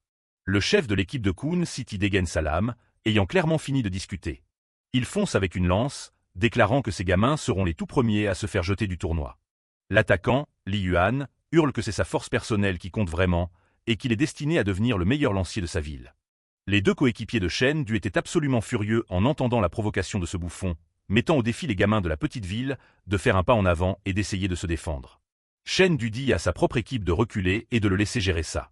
Il s'avance seul, faisant face à l'équipe adverse entière, alors qu'il prépare une technique de lance massive à haute vitesse.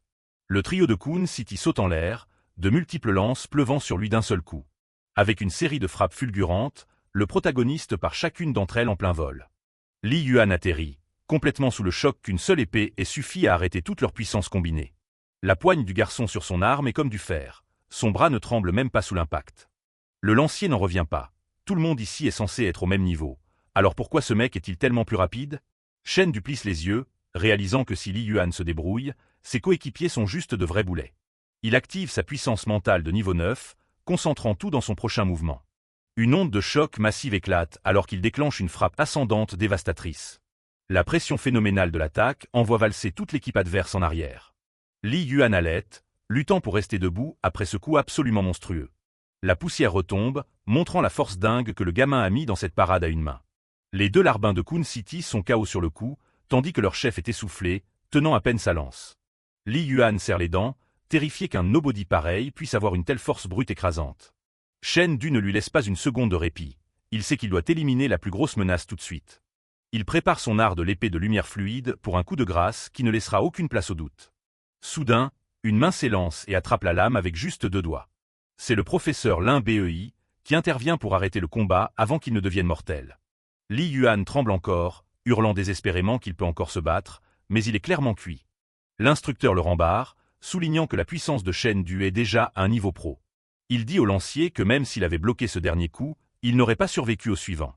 Lin Bei regarde le protagoniste s'éloigner, réalisant que ce gamin est une menace bien plus grande que quiconque ne l'avait imaginé. Le professeur Lin Yun, avec ses cheveux rouges vifs, se tenait caché dans l'ombre et assistait à toute la scène. Souriant en surprenant Lin Bei exprimait un immense intérêt pour ce génie caché qui venait de se révéler. Li Yuan crie une dernière fois, exigeant de connaître le nom du mec qui a réussi à le soumettre. Le gamin lâche juste un sourire en coin, lui disant qu'il verra son nom tout en haut du classement quand tout ça sera fini. De retour dans l'auditorium, tout le public est scotché alors que le replay du coup de grâce passe sur le grand écran. Cao Yan pète un câble, tandis que l'autre directeur peut enfin se détendre et se foutre de sa gueule. L'un des observateurs est impressionné, notant qu'il y a déjà 4 élèves cette année qui ont atteint le statut de palier imparfait. La foule ne capte pas pourquoi l'équipe de Shen Du se dirige vers la sortie avec un seul badge. Il se demande s'il cherche à se faire disqualifier. Au cœur de la forêt des esprits loups, les arbres brumeux cachent la prochaine phase du tournoi. Liu Bo flippe à mort, demandant s'ils vont vraiment essayer de tendre une embuscade au favori du tournoi, Wu Zhang. Le protagoniste jette un œil par-dessus son épaule, déclarant calmement que récupérer quelques badges n'est pas un défi pour lui. Ses coéquipiers ne peuvent qu'acquiescer dans un silence stupéfait face à la confiance absolue dans ses yeux. Shen Du est concentré sur une seule chose, remporter tout le championnat, peu importe qui se dresse sur son chemin. Il avoue qu'il s'en fout de la gloire, il a juste désespérément besoin de ce million de primes pour survivre. Shen Du lève 3 doigts, prêt à analyser l'état actuel du tournoi pour son équipe. Il liste les joueurs favoris, Wu Xiaogu et Que Jontian de l'équipe de Tai City, et Wu Zhang de l'équipe de Liu City. Liu Bo remet le plan en question, se demandant s'ils ne font pas juste le sale boulot de l'équipe de Tai City en éliminant un rival comme Wu Zhang. Shen Du explique que sa propre voie vers le top 3 est bloquée par ses élites, et qu'il doit frapper maintenant pour avoir une chance. Il soupçonne que le tableau du tournoi pourrait être truqué en faveur de la ville haute, Tai City, pour s'assurer que leurs joueurs atteignent les finales les doigts dans le nez. Son regard se durcit en considérant la difficulté de la tâche qui l'attend. Il calcule que peu importe qui gagne la prochaine manche, il devra de toute façon affronter les monstres de Tai City coup sur coup. Seul dans son paysage mental, Shen Du se demande s'il a vraiment ce qu'il faut pour vaincre 3 experts du palier imparfait en seulement 2 jours. Mo Leite et Liu Bo commencent à penser que Shen Du est un peu trop extrême. Traquer un monstre comme Wu Zhang d'entrée de jeu, ça ressemble à un putain d'aller simple pour l'enfer. Shen Du ne nie pas que c'est un risque énorme. S'ils se foirent et perdent maintenant, tout leur tournoi est fini avant même de devenir intéressant. L'équipe sait qu'ils ne sont pas exactement les gros bras de cette compétition. Ils sont juste curieux de savoir comment ils comptent traquer qui que ce soit dans cette forêt gigantesque. Shen Du a tout prévu. Il sait que Wu Zhang est trop arrogant pour se cacher, donc il va carrément camper dans les zones avec le plus grand nombre de badges.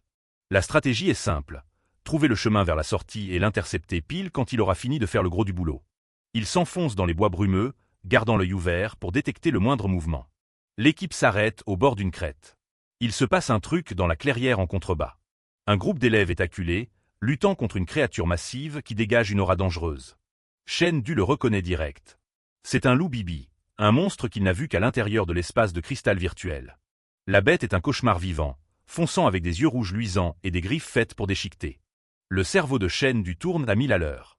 Si ces trucs se pointent ici, ça veut dire que son entraînement est peut-être plus utile qu'il ne le pensait. En bas, Xiaomei essaie de tenir sa position avec un fouet, maudissant Wuzang pour la merde dans laquelle ils sont. Le loup frappe avec une explosion de force qui fauche la fille sur le coup. Il montre les crocs, prêt à l'achever. Mais Shen Du est plus rapide. Il débarque dans un éclair d'énergie bleue, sauvant Xiaomei si vite qu'elle croit qu'un instructeur est intervenu. Il se tient entre elle et la bête, l'air complètement imperturbable alors que l'énergie se dissipe autour de lui. Une fois la menace neutralisée, il s'assure qu'elle va bien, toujours concentré sur la recherche de sa cible. Mo Leite aide la fille blessée à se relever pendant qu'elle explique ce qui s'est passé. Apparemment, ils ont vu Wuzang affronter 10 monstres comme celui-là. Ils essayaient de fuir, mais ce loup les a pourchassés jusqu'ici. Xiaomei pointe du doigt la partie la plus dense de la forêt, affirmant que la bataille se déroule juste là-bas. Un truc cloche. Shen Du se souvient qu'il ne devrait y avoir aucun badge dans cette direction. Mais il réalise que c'est une opportunité. Si Wuzang affronte vraiment autant de monstres, son endurance doit être à 0. C'est le moment parfait pour frapper.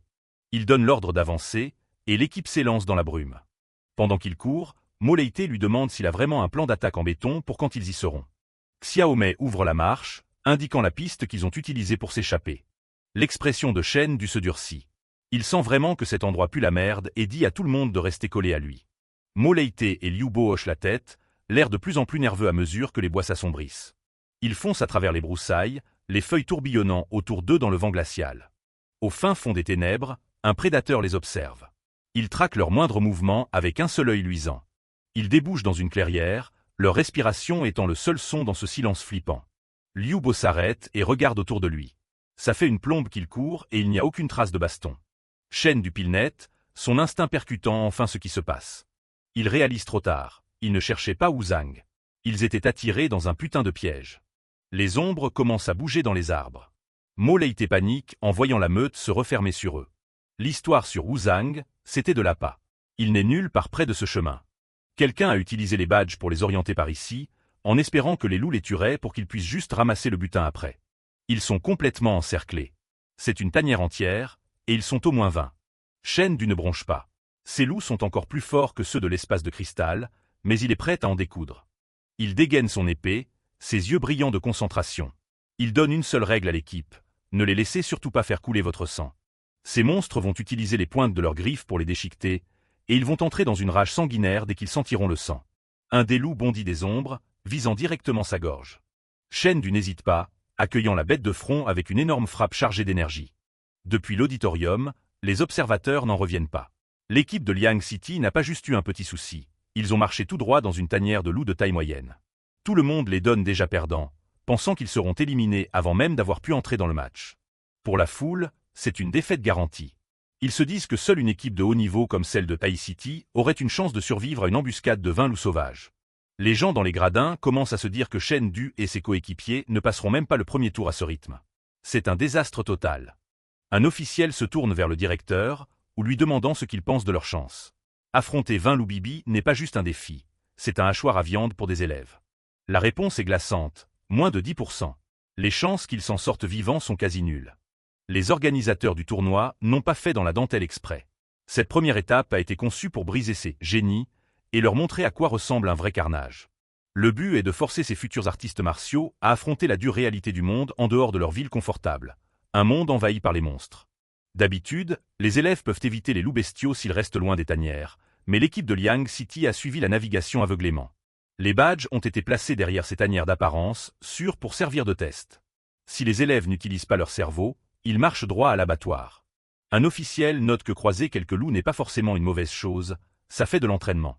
Mais 20, c'est vraiment la poisse. Il continue de regarder la retransmission, ayant pitié de l'équipe de Liang City pour leur malchance. Survivre à une meute de 20 loups de niveau 5 à 7 est une mission impossible pour n'importe quel étudiant. Il se demande si l'équipe d'élite de High City s'en sortirait mieux à leur place. Le directeur a confiance en l'élite de sa ville, comme Xiaogu et que Jontian. Il est persuadé que même une grande tanière ne suffirait pas à les arrêter. De retour dans la forêt, Shen Du est une flèche d'énergie bleue. Il ignore ses assaillants, les jugeant trop faibles pour encaisser le moindre coup. Un loup bondit, mais sa tête est proprement coupée avant même qu'il ne comprenne ce qui lui arrive. Shen Du joue dans une ligue complètement différente. Il se concentre sur le fait d'attirer l'attention. Tant qu'il garde le gros de la meute sur lui et qu'il ne devienne pas enragé, il se dit que ses potes peuvent gérer les retardataires. Mo Leite et Liu Bo sont acculés contre un rocher, appelant Shen Du à l'aide alors que d'autres loups sortent de l'ombre. Mo Leite sait qu'ils doivent nettoyer ceux qui les entourent le plus vite possible pour aller aider leur chef. Il repousse ses limites au max. C'est une lutte désespérée. Mo Leite hurle le plan, ils en prennent 3 chacun et prient pour survivre à l'échange. Il lâche une frappe de zone ultra puissante, frappant le sol avec assez de force pour tenir les bêtes à distance pendant quelques secondes. Shen Du passe à la deuxième posture de l'art de l'épée de lumière fluide, les tambours d'or résonnent jusqu'aux cieux. L'air crépite d'énergie alors qu'il bouge. Un arc massif de lumière orange tranche un loup, le fendant presque en deux. La puissance pure de sa technique est écrasante. Il ne s'arrête pas là, enchaînant direct avec la troisième posture, brise dans la forêt. Des lignes de force rouge sillonnent l'air alors qu'il frappe plusieurs cibles à la fois. D'autres loups se rapprochent par au-dessus, les yeux brillants d'une intention meurtrière. Il ne recule pas malgré les pertes. Shen Du passe à la quatrième forme, poussée pointée du dragon azur. Il est un fantôme bleu, plongeant au cœur de la meute avec une précision létale. Il connaît ces monstres comme sa poche après en avoir massacré des milliers dans l'espace de cristal. Chaque mouvement qu'ils font est prévisible pour lui.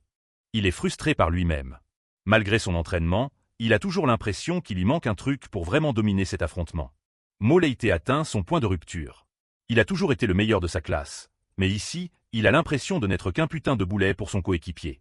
Shen Du surveille de près le niveau de puissance de la meute. La plupart sont de niveau 5, mais le plus fort d'entre eux approche le niveau 6.5. Il est le seul à pouvoir gérer ce genre de bestiaux. Même avec son intensité vitale de niveau 7, il galère à passer à l'offensive parce que les loups gardent leur distance, attendant qu'il fasse une connerie. Liu Bo lutte juste pour rester en vie face à 3 d'entre eux, ce qui veut dire qu'il n'a aucune marge pour soutenir Mo Leite. La coordination de l'équipe part en vrille. Shen Du serre les dents. Il sent la limite de sa puissance et de sa vitesse actuelle. Il est à un cheveu de ce dont il a besoin pour en finir. Il calcule qu'il a besoin d'une amélioration de 1% de sa technique. Si son épée était juste un peu plus rapide, il pourrait ouvrir un chemin pour que son équipe s'échappe. Un énorme loup bondit en rugissant, les griffes tendues et brillant d'une énergie rouge. Il sent l'épuisement de l'équipe. Des entailles bleues remplissent l'air alors que Shen Du par l'assaut. La vitesse du combat devient un tourbillon de lumière et d'acier. Ils n'ont plus le temps. Shen Du estime qu'ils ont 2 minutes pour réduire la taille de la meute à un chiffre, où ils seront submergés pour de bon. Sa concentration est totale. Il force son corps à bouger plus vite qu'il ne l'a jamais fait, chaque terminaison nerveuse hurlant alors qu'il canalise son énergie spirituelle. Un éclat d'énergie rouge le prend presque par surprise. Les loups commencent à coordonner leurs frappes, et la faille dans sa défense se réduit.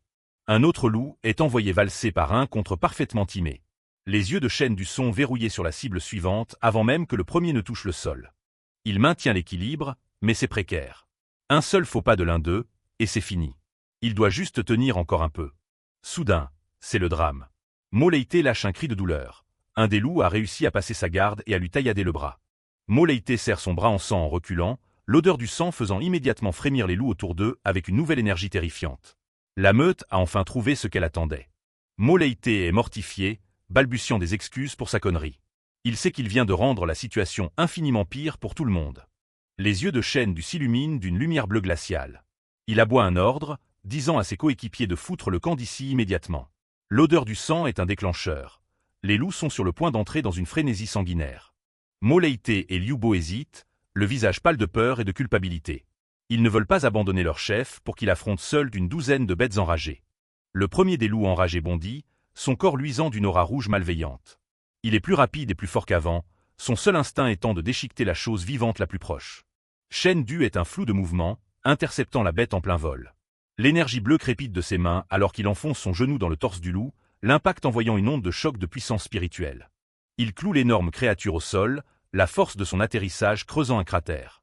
Même en plein combat, son esprit est clair, concentré sur la situation tactique. Shen Du tient bon, dégainant son épée avec une détermination féroce. Il dit à ses potes qu'il va les retenir et qu'un instructeur est dans le coin, donc il s'en sortira. Il insiste sur le fait que c'est leur seule chance de se qualifier. Mo Leite et Liu Bo craquent finalement, se retournant pour courir aussi vite qu'ils le peuvent. Ils savent qu'il a raison, ils ne sont plus qu'un poids mort pour lui maintenant. Shen Du les regarde partir, le poids de la bataille reposant enfin uniquement sur ses épaules. Il se tient seul face à la meute. Dans leur état berserk, les loups Bibi gagnent un énorme boost de leurs attributs physiques, mais ils perdent toute raison. Ils attaqueront tout ce qui bouge. Pour la plupart, ce serait une putain de condamnation à mort. Mais pour Shendu, c'est une occasion en or.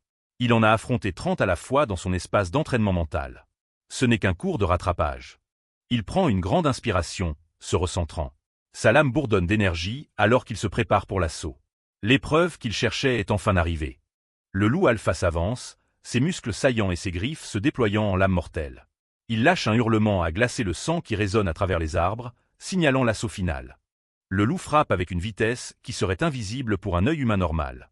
Shendu le prend de front, son épée brillant d'un arc de lumière blanche éclatante lorsqu'elle rencontre les griffes de la bête. L'impact est fracassant, une pluie d'étincelles volant alors que l'acier heurte l'os surnaturel. Aucun ne cède un pouce, verrouillé dans un concours de force pure et de volonté. Shendu est impressionné. L'intensité vitale de la créature est au niveau 7, égale à la sienne. Il a enfin un adversaire digne de ce nom pour tester les vraies limites de son génie martial. De retour à l'auditorium du lycée de Heishan, tout le monde est scotché à l'écran géant, regardant le tournoi en direct. Un des officiels remonte ses lunettes, notant que même un artiste martial de haut niveau resterait coincé dans une tanière de loup pareil. Les profs discutent du fait que seuls les meilleurs éléments de Heishan pourraient gérer une situation aussi merdique. Un officiel aux cheveux gris regarde le flux intensément, surpris que le gamin soit encore debout. Il vérifie le profil de Shendu et réalise que c'est un pur inconnu qui n'a même jamais quitté sa ville natale avant ça. L'officiel avec les papiers se demande si c'est juste du talent brut et naturel. L'homme aux cheveux gris fait remarquer que ce n'est pas seulement son niveau de compétence, c'est sa façon de se battre. Il demande des explications plus poussées sur ce qui rend le gamin si différent. L'officiel explique que Shendu anticipe les attaques sans même regarder, ce qui ne devrait pas encore être possible. Il note que le gosse se bat comme un vétéran qui a dû s'extirper d'un tas de cadavres sur la ligne de front. Ils ont supposé qu'il avait reçu un entraînement secret ou des infos de haut niveau sur ses loups Bibi. Mais en regardant les dossiers, c'est juste un gamin normal d'une famille ordinaire avec 0 piston. De retour dans les bois, Shendu tient sa position pendant que la meute tourne autour de lui. Des loups bondissent de chaque ombre, mais sa lame est déjà en mouvement. Il lance la technique « brise de la forêt », un arc d'énergie bleue tranchant l'air. Shendu évalue rapidement la menace, réalisant que la plupart de ces bêtes sont encore plus fortes que ce qu'il a affronté dans l'espace de cristal. Il abat son épée avec une frappe « tambour de guerre tonitruant », créant une explosion massive de lumière. La pointe de sa lame scintille alors qu'il se replace pour la vague suivante. Il saute sur un tronc d'arbre, utilisant la hauteur pour tenir les loups à distance. La sueur coule sur son visage alors qu'il réalise qu'il doit trouver un moyen de briser ses limites maintenant. Il prend appui sur l'arbre, replongeant au centre de la meute. Le but est de descendre le chef en premier pendant que les autres sont pris au dépourvu. Il atterrit avec un lourd fracas, l'énergie bleue ondulant depuis sa position. Un loup saute sur sa tête, le forçant à bloquer avec tout ce qu'il a. Toute cette esquive constante commence à sérieusement entamer son endurance. Il serre les dents, sachant qu'il doit finir ce combat immédiatement ou il est foutu. Les griffes volent de toutes les directions alors que les loups essaient de submerger sa garde. Une des bêtes le chope finalement, ses griffes laissant une entaille sombre en travers de son torse. Il s'esquive sous un assaut, gardant à peine une longueur d'avance sur le groupe. Il entaille le cuir d'un loup, mais d'autres lui sautent déjà dans le dos. Un autre prédateur fonce droit sur lui avec des yeux rouges luisants. Il pivote et part, mais la force brute de la meute le pousse à bout. Un autre coup fait mouche, et la vision de Shendu commence à se troubler sous l'effort. Le loup de tête bondit avec une aura rouge, sentant que sa proie ralentit enfin. Il se dit que son épée doit être plus rapide et plus lourde s'il veut survivre à cette merde. Un souvenir de sa famille traverse son esprit, son père qui rigole et sa sœur qui lui fait signe au revoir. Il repense aux heures interminables d'entraînement contre la machine à 4 bras. Le sourire de son prof résonne dans ses pensées, lui rappelant pourquoi il se bat. Ce n'est plus juste un tournoi, c'est le moment qui change toute sa vie. Il grince des dents en hurlant, sa détermination repoussant ses limites physiques. Une silhouette sombre aux yeux luisants prend le dessus alors qu'il met tout ce qu'il a dans une dernière frappe. Un pilier massif de lumière bleue entre en éruption, anéantissant le loup de tête et toute la meute d'un seul coup. Les yeux de Shendu s'illuminent alors qu'il réalise que la sensation même de ses mouvements d'épée commence à circuler différemment. Il ne se contente plus de balancer une arme, il devient une partie de la tempête qui tourbillonne autour de lui. Un énorme loup Bibi gronde, les yeux brillants d'une lumière rouge sauvage alors qu'il se prépare à bondir. Le professeur Lin Yun observait toute la situation de loin, se disant à quel point il était bêtement facile pour les gens de ce monde de se faire confiance. Le professeur Lin Yun s'est dit que l'issue du match avait déjà été décidée depuis longtemps, et que c'était le moment parfait pour lui d'intervenir, de tout arrêter et de nettoyer le reste pour ses élèves. Mais les calculs du prof ont été instantanément réduits en miettes quand une vague massive de puissance a soudainement explosé avec fureur de la tanière des loups. Shen Du se tient dos au débris, l'énergie bleue s'échappant de ses épaules. Un tourbillon d'énergie déchiquette tout sur son passage, ne laissant que de la poussière derrière lui. Il plante fermement son pied sur la terre brûlée, la poussière retombant encore autour de lui. Le garçon se tient droit, son épée irradiant un feu bleu et froid qui illumine la clairière. Il reprend son souffle, réalisant que sa lame est maintenant en parfaite harmonie avec le flux du vent. Il serre sa prise sur la poignée, se sentant plus fort que jamais. Une notification du système confirme l'impossible. Son art de l'épée de lumière fluide vient officiellement de passer à 99% de maîtrise. Les écrans géants de l'auditorium montrent l'issue de la bataille à la foule stupéfaite. Le prof Lin BEI est sur le cul, incapable de croire qu'un élève puisse accomplir une telle percée au milieu d'un piège mortel. L'officiel plus âgé note que normalement, l'épuisement à lui seul aurait tué n'importe quel autre étudiant. Un autre prof fait remarquer que le niveau de puissance de Shen Du semble bien au-delà de ce dont un élève du palier 1 devrait être capable. Il soupçonne que la force mentale du gamin approche en fait du niveau 10, ce qui est du jamais vu à ce stade. Il réalise qu'ils ont sous les yeux un étudiant avec le potentiel de devenir un légendaire artiste martial volant. L'officiel aux cheveux gris explique qu'une fois que son pouvoir mental atteindra le niveau 10, son âme évoluera en une âme martiale. Il prévient qu'atteindre les 100% de maîtrise est le dernier seuil, le plus difficile qu'il aura à franchir. Son collègue se marre, lui disant qu'il est beaucoup trop strict vu à quel point le gamin est déjà exceptionnel. Dans les gradins, les étudiants sont perplexes en voyant l'équipe de Mi-City se diriger vers la tanière des loups. Tout le monde finit par capter que ce sont les gars de Mi-City qui ont orienté l'équipe de Shen Du vers le piège. Une fille de l'équipe de Mi-City demande à Zhang Shuai s'ils peuvent vraiment piller les badges sans aucun problème. Zhang Shuai est persuadé que les profs vont devoir intervenir pour les sauver, ce qui signifie une défaite automatique pour Liang City. Il explique qu'une fois éliminés, le règlement stipule que leurs badges doivent rester exactement là où ils sont tombés. Il lâche un sourire féroce et sinistre, sachant qu'il ne restera ni équipe ni loup pour les arrêter. Il lance un badge en l'air, fêtant déjà leur victoire facile. L'équipe de Mi-City arrive enfin sur les lieux où ils s'attendaient à trouver un massacre. À la place, ils trouvent un cimetière de cadavres de loups éparpillés sur le sol de la forêt. Zhang Shuai se met à transpirer à grosses gouttes en réalisant que quelque chose cloche gravement dans ce tableau. Un de ses coéquipiers repère la cible et la montre du doigt. Les badges sont posés pile sur le plus gros cadavre de loup du tas. Le badge bleu luisant repose intact au milieu du carnage. L'équipe traverse la clairière, impressionnée que le prof ait réussi à tuer chaque loup. Zhang Shuai se tient au milieu des corps, ressentant un profond malaise. Ses yeux font les 100 pas alors qu'il réalise qu'ils ont zappé un détail terrifiant sur la façon dont ces loups sont morts. Il hurle soudainement à tout le monde de courir, captant que les badges n'étaient qu'un appât pour les attirer. Son pote n'en revient pas, doutant que Shen Du ait pu nettoyer toute la tanière seule. Un coup d'énergie bleue tranche soudainement l'air, coupant court à la conversation. Shen Du sort de l'ombre, confirmant calmement qu'il les a vraiment tous butés tout seul. Shen Du fait sortir Mo Leite et Liu Bo de derrière les buissons, surprenant l'équipe de Mi-City avec leur apparition soudaine. Il regarde Zhang Shuai dans les yeux, curieux de savoir comment le mec a compris qu'il n'avait pas été éliminé. Zhang Shuai pâlit, expliquant que puisque les profs superviseurs ne sont pas armés, ils n'auraient pas pu tailler les loups avec une telle précision. Le souvenir des bêtes sauvages rend la réalisation de la force de Shen Du encore plus terrifiante pour ces lâches qui ont tendu le piège. Un loup bestial gronde, les yeux brillants de rouge alors qu'il rôde dans la forêt sombre. Dans les souvenirs de Shen Du, le prof Ling se tient prêt avec diverses armes pendant une session d'entraînement. Il réalise qu'il ne connaît toujours pas la véritable arme de prédilection du prof et qu'il doit faire plus gaffe à partir de maintenant. De retour dans les bois, Shen Du se penche et arrache un badge bleu de la fourrure d'un loup mort. Sans une seconde hésitation, il balance le badge derrière lui comme si c'était une ordure. Le coéquipier derrière lui est sur le cul. Shen Du n'est pas là pour les points. Il cherche un adversaire bien précis. Il check le traceur sur son poignet, essayant de localiser la direction de Wuzhang. On dirait bien que la navigation officielle emmène volontairement tout le monde droit dans la gueule des meutes de loups. L'équipe se regroupe, captant que la route qu'on leur a filée n'était qu'un piège tendu par les organisateurs. Soudain, un bruit fend l'air, mettant tout le monde sur le qui-vive. Shen Du dit au groupe planqué de laisser leur badge et de se casser pendant qu'ils en ont encore l'occasion. Les intrus sont pris de court, ne s'attendant clairement pas à être repérés si facilement. Ils ne jettent même pas un coup d'œil en arrière, le regard fixé sur son objectif. En s'éloignant, ils lâchent l'air de rien qui leur rend juste l'appareil pour leur aide de tout à l'heure. Un bruit sec résonne alors que l'équipe rivale bat en retraite dans l'ombre. Le prof là-haut regarde en arrière en faisant la gueule, visiblement pas ravi de l'échange.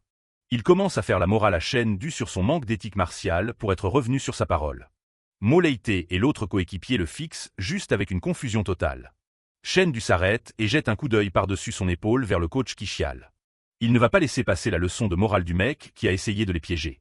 Il lâche un rictus, disant au prof que dans le monde réel, ça s'appelle juste de la stratégie et de la tromperie. En regardant les 2 badges qu'ils ont récupérés, l'équipe réalise qu'ils ont en fait complété le set. Moleité est bluffé qu'ils aient réussi à choper à la fois le badge haut et le badge martial d'un seul coup. Mais Shen du reste concentré sur sa carte, son cerveau calculant déjà leur prochain mouvement. Moleité lui demande s'il va vraiment s'en prendre à Wu Zhang dans l'état où il est. Shen Du avoue qu'il est trop vidé. Même un combattant de bas niveau pourrait lui donner du fil à retordre en ce moment. Il doit jouer intelligemment et éviter les combats inutiles pour le reste de la manche.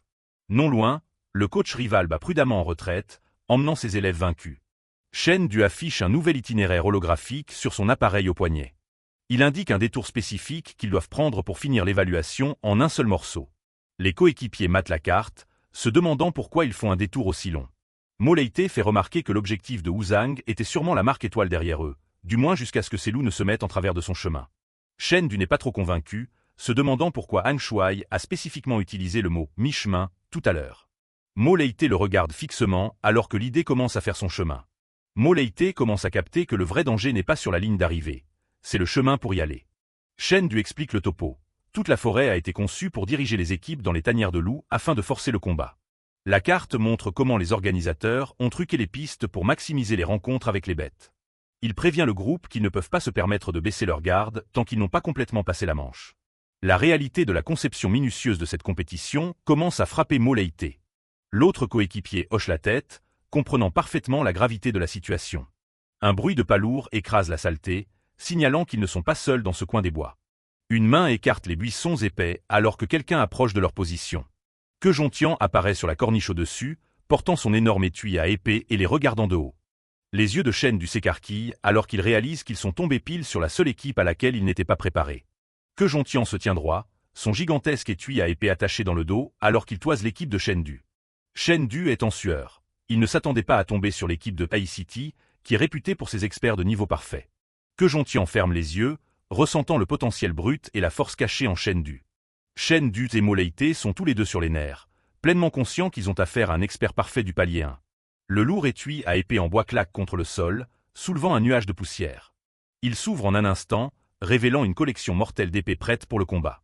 L'équipe de Shen Du se prépare à une baston qui semble totalement inévitable. Mais Xiaogu lui dit d'arrêter, sa voix calme et autoritaire alors qu'elle s'avance. Elle remarque les taches de sang sur l'équipement de Shen Du et capte qu'il est déjà épuisé par ses combats contre les meutes de loups. Elle sourit en coin, lui disant que ce soit lui ou Wu Zhang, c'est elle qui les éliminera dans les prochains tours. Zhu Xiaogu est pleine d'assurance, se vantant que son équipe vise son 10e championnat consécutif. Shen Du les regarde s'éloigner, surpris qu'elle ait fait preuve d'un certain sens de l'honneur. Il se répète ces mots à lui-même, toujours un peu sceptique sur son attitude héroïque. Dans sa tête, il la compare à sa propre sœur, la petite fille qui vend des bombes nucléaires, et sa vision bien à elle de l'héroïsme. Que Jontian et Zhu Xiaogu s'enfoncent dans la brume, discutant de sa décision de zapper un combat facile. Que lui fait remarquer que son style habituel est d'achever ses adversaires rapidement, sans leur laisser une chance de souffler. Elle rougit et rétorque qu'ils sont en direct et qu'elle doit préserver son image publique. La nuit tombe sur la ville, et les participants au tournoi se retirent enfin dans leur chambre d'hôtel. Shen Du s'effondre sur son lit, ayant enfin terminé son programme de perfectionnement quotidien épuisant. Il check son bracelet, notant que seulement 150 étudiants ont réussi à passer le premier tour. Il calcule qu'il devra vaincre au moins 4 concurrents demain pour continuer à avancer. Son pouvoir mental est actuellement au niveau 9, à un pas d'un changement qualitatif majeur au niveau 10. Il sait qu'atteindre le niveau 10 lui garantira pratiquement la première place de la compétition. Pour déclencher cette percée, il entre dans l'espace de cristal, un terrain d'entraînement mental rocailleux et enneigé. Il se tient seul dans le paysage gelé, son épée longue déjà tirée et brillant d'intention. Une aura bleue et froide s'embrase autour de lui alors qu'il se prépare à affronter la prochaine vague de défis. Le système l'avertit que la 7e vague de monstres est officiellement arrivée dans l'espace. Depuis les ombres, les grognements menaçants de bêtes puissantes résonnent à travers les pics enneigés. Une silhouette massive émerge de l'obscurité, se dressant au-dessus de Shen Du.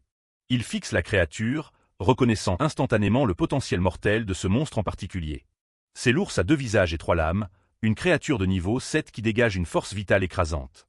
L'ours bondit avec un rugissement, ses énormes pattes fendant l'air à une vitesse folle. La force de sa frappe est immense, envoyant des ondes de choc à travers le sol pendant que Shen Du bloque. Réalisant qu'il ne peut pas gagner avec la force brute, il décide de changer immédiatement d'angle d'attaque. Il saute dans les airs, tournoyant pour balancer une attaque d'une direction complètement différente. Mais la réaction de l'ours est plus rapide qu'il ne le pensait, le mettant sur la défensive. Il observe attentivement la bête, comprenant enfin pourquoi on l'appelle elle ours à 2 visages et 3 lames. La bête balance son bras tranchant, créant une énorme explosion d'énergie qui déchire le sol. Shen Du fait un salto serré en plein vol, évitant de justesse l'onde de choc mortel. Il atterrit et se replace immédiatement, sachant qu'il doit éliminer ce monstre ce soir pour augmenter son niveau. Il replonge dans la baston, les yeux concentrés alors qu'il cherche la moindre ouverture dans sa défense. Il tente une attaque sur son cou, mais l'ours ne prend même pas la peine de se défendre, prouvant que ce n'est pas un point faible. Shen Du abat son épée dans un arc puissant, mais la tête de l'ours s'avère être tout aussi solide que le reste de son corps. Il serre les dents, plissant les yeux en réalisant que ses attaques classiques ne font aucun dégât réel. L'ours continue son assaut implacable, ignorant totalement sa propre défense parce que son cœur n'est pas une zone vulnérable. Shen Du danse autour de la bête, son esprit tournant à plein régime pour trouver un défaut dans cette armure qui semble parfaite. Le monstre balance son bras massif, l'air sifflant sous la force pure du coup. Il part la frappe, sa lame vibrant sous l'impact alors qu'il ressent la force vitale écrasante de l'ours. Pendant que la bête bouge, Shen Du remarque un tressaillement étrange et rapide. L'ours bouge délibérément sa queue pour la mettre à l'abri. Ses yeux s'écarquillent en comprenant. La queue du monstre est la seule partie de son corps qu'il essaie vraiment de protéger. L'ours rugit, mais ses mouvements deviennent légèrement plus chaotiques alors qu'il essaie de cacher sa faiblesse. Shen Du élabore un plan à la volée, décidant de feinter une attaque sur la tête pour attirer l'attention de la bête. « C'est maintenant !» crie-t-il, son énergie interne s'enflammant alors qu'il se prépare à frapper pour de vrai. Il esquive sous un coup de patte, l'énorme membre passant à quelques centimètres au-dessus de sa tête. Les yeux de l'ours brillent d'une fureur primitive, mais il est déjà tombé droit dans son piège. D'un coup d'épée aveuglant, Shen Du fend l'air et tranche la queue du monstre. Il se tient victorieux dans la lumière déclinante de la simulation, prêt à voir combien d'autres queues il peut trouver ce soir. La nuit tombe sur la ville, et les lumières de l'hôtel commencent à s'allumer alors que tout le monde s'installe pour la soirée. Dans l'une des chambres, Wu Xiaogu prend un peu de temps pour se détendre avec un masque de beauté quand son coach, le professeur Zhang, convoque une réunion rapide. Il va droit au but, leur demandant s'ils se souviennent de cette équipe de Liang City qu'ils ont croisée plus tôt dans la journée. Xiaogu se rappelle d'un gamin au sommet du premier palier, mais Zhang la prévient que Shen Du est celui dont ils doivent vraiment s'inquiéter. Il est sûrement leur plus gros obstacle vers le titre. Il balance une info de dingue. Apparemment, ce mec a réussi à nettoyer seul une tanière de loups de taille moyenne. Xiaogu est choqué, réalisant qu'un tel exploit signifie généralement que la personne est à la limite absolue du premier palier. Le professeur Zhang n'est pas sûr qu'il y soit déjà, mais il a clairement atteint un point de changement qualitatif où ses compétences martiales sont en train d'évoluer. Que Jontian est sous le choc, réalisant que ce gamin pourrait bien être au même niveau technique que Xiaogu. Le coach les foudroie du regard, leur disant de ne jamais baisser leur garde, peu importe qui est l'adversaire. Il met ensuite Xiaogu sur la sellette, lui demandant ce qu'elle pense de ses chances si elle doit vraiment l'affronter. Elle retire calmement son masque, n'ayant l'air aucunement perturbée par la menace. Elle ne recule pas. Elle promet que leur 10e victoire consécutive au championnat sera sans faille. Le lendemain matin, le tournoi se déplace vers une arène massive pour le début du 2e tour. Un écran géant affiche le nouveau système de tableau, qui est passé à un format à élimination directe à forts enjeux. L'arbitre du tournoi explique que c'est du 1 contre 1 maintenant, et pour que ce soit équitable, la puissance brute de tout le monde est bridée au niveau 5. Sur les 150 candidats, ils vont les éliminer au fil de plusieurs tours jusqu'à ce qu'il ne reste que le top 10. Le placement est dynamique, aussi. Plus tu finis ton combat actuel rapidement, plus tu combattras tôt au tour suivant. Shen Du écoute attentivement, sachant que plus on prend son temps, plus on peut se reposer, mais finir vite a ses propres avantages. Il regarde son numéro, le 16, réalisant que son équipe était la 4e à se qualifier la veille. Le tableau se met à jour sur l'écran, préparant le terrain pour la première vague de match. La tension monte dans l'arène alors que les combattants de haut vol, y compris un Kejontian stoïque et un Musashi tout sourire, se préparent à y aller. Shen Du se concentre, ressentant l'intensité au moment où le premier match est annoncé. Le public devient dingue parce que le premier combat est déjà un affrontement entre deux gros calibres. C'est la favorite de Heishan, ou Xiaogu, face à face contre Musashi de l'équipe de Lusheng. Musashi arbore un sourire maniaque sur le visage, manifestement impatient de commencer à frapper. Xiaogu lui lance un regard blasé, pas du tout impressionné par sa tentative d'intimidation. Dans le public, on dit déjà que ce match va donner le ton pour tout le tournoi. Il note aussi que Jontian a été tellement dominant qu'il n'a même pas encore eu à bouger de sa place. Shen Du regarde depuis les coulisses, se disant que cet affrontement va être très intéressant à voir. La confirmation officielle apparaît, l'intensité vitale des deux combattants est verrouillée au niveau 5. Xiaogu s'avance sur l'arène, faisant tourner ses dagues nonchalamment avec un petit sourire confiant. En face d'elle, Musashi attend comme un prédateur dans les hautes herbes, ses cheveux longs flottant au vent. Il lui dit qu'il a des fourmis dans les mains pour ce combat depuis très longtemps. Elle l'envoie juste chier, lui disant qu'il peut venir la trouver au lycée de Heichan quand il veut s'il veut vraiment une raclée. Musashi dégaine sa lame, impatient de voir si la légende de l'invincible n'est que du vent. Xiaogu n'attend pas. Elle bondit, ses deux dagues devenant floues alors qu'elle lui dit qu'il est temps de commencer à y croire.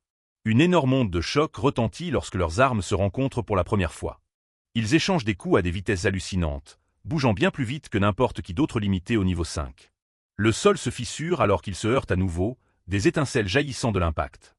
Soudain, un affichage numérique apparaît, montrant que les deux combattants sont à un incroyable 90% sur leur indice de compétence martiale.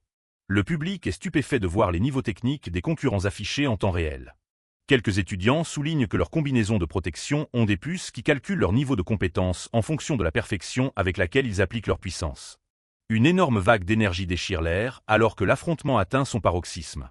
Zhu Xiaogu est repoussé, ses cheveux fouettant l'air sous la simple pression du coup. Musashi abat sa lame avec assez de puissance pour fracasser la scène, une lumière bleue jaillissant de partout. L'indice de compétence martiale grimpe à 92%, alors que Musashi garde son terrifiant sourire d'allumé. Xiaogu enchaîne les saltos en l'air, essayant désespérément de trouver une faille dans ses attaques incessantes. Elle réalise qu'il ne frappe pas à l'aveugle, il reste parfaitement sur ses gardes même quand elle est en l'air. Il joue la carte de l'intelligence, visant spécifiquement sa main d'appui pour la désarmer.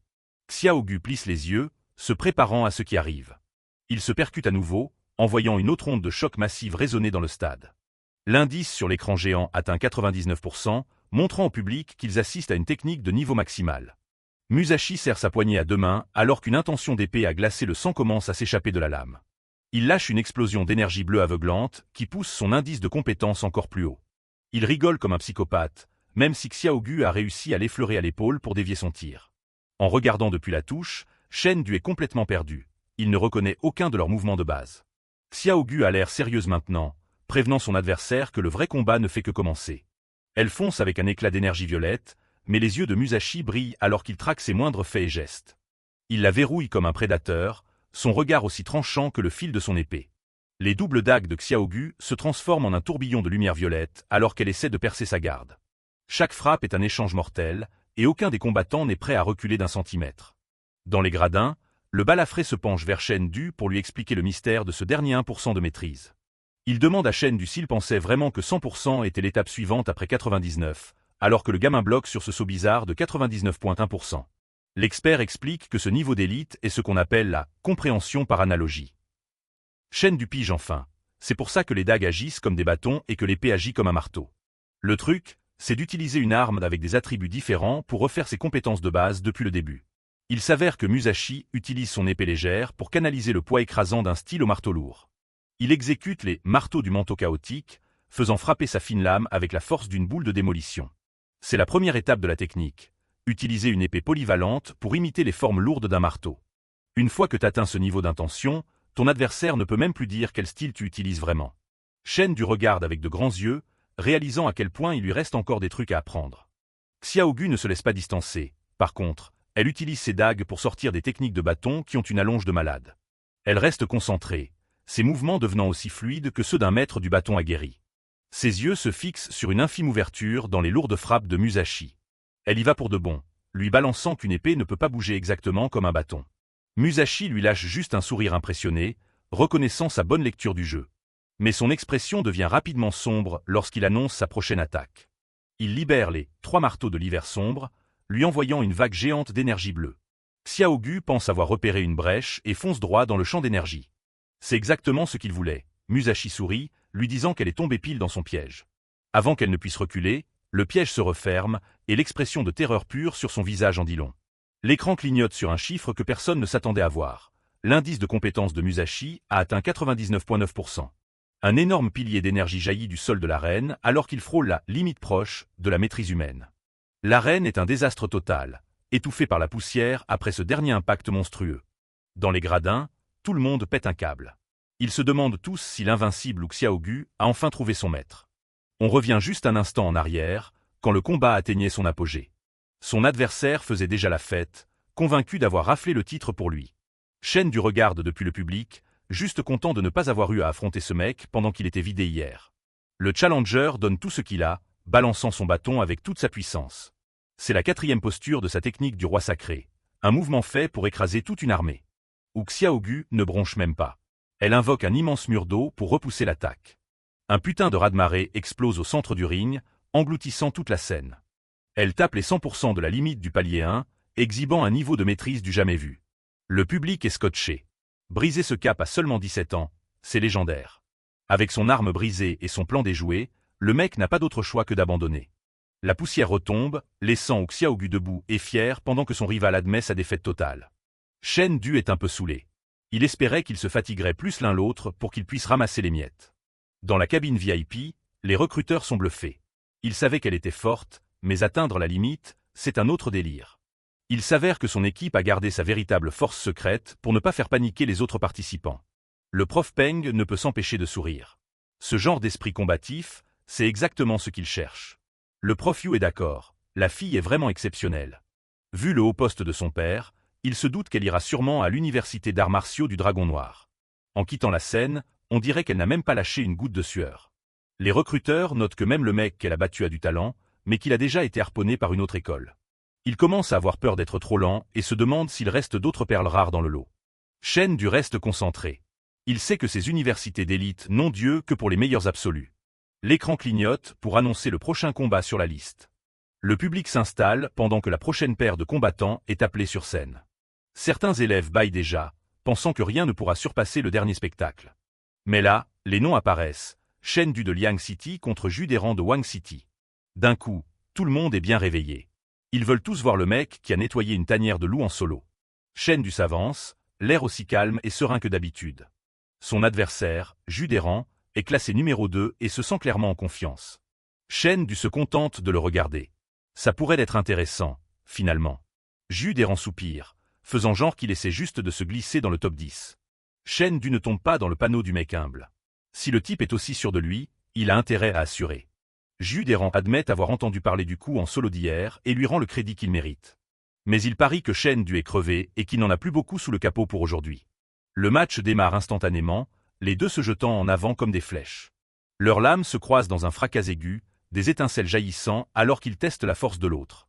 Les deux combattants sont à un indice de puissance de 90%. C'est un duel parfaitement équilibré. Juderan sourit en coin, pensant avoir trouvé une faille dans l'endurance de Shen Du. Il sort son style Muramasa, concentrant toute sa puissance dans un seul fil invisible. Son indice d'arts martiaux grimpe en flèche à 96%, le plaçant devant en termes de technique pure. Une grosse onde de choc se propage lorsque leurs armes se verrouillent, aucun des deux ne voulant reculer. Juderan met tout ce qu'il a dans une dernière frappe désespérée. Shen Du reste calme, décortiquant le défaut flagrant de la technique Muramasa. Elle a de la puissance, mais aucune flexibilité.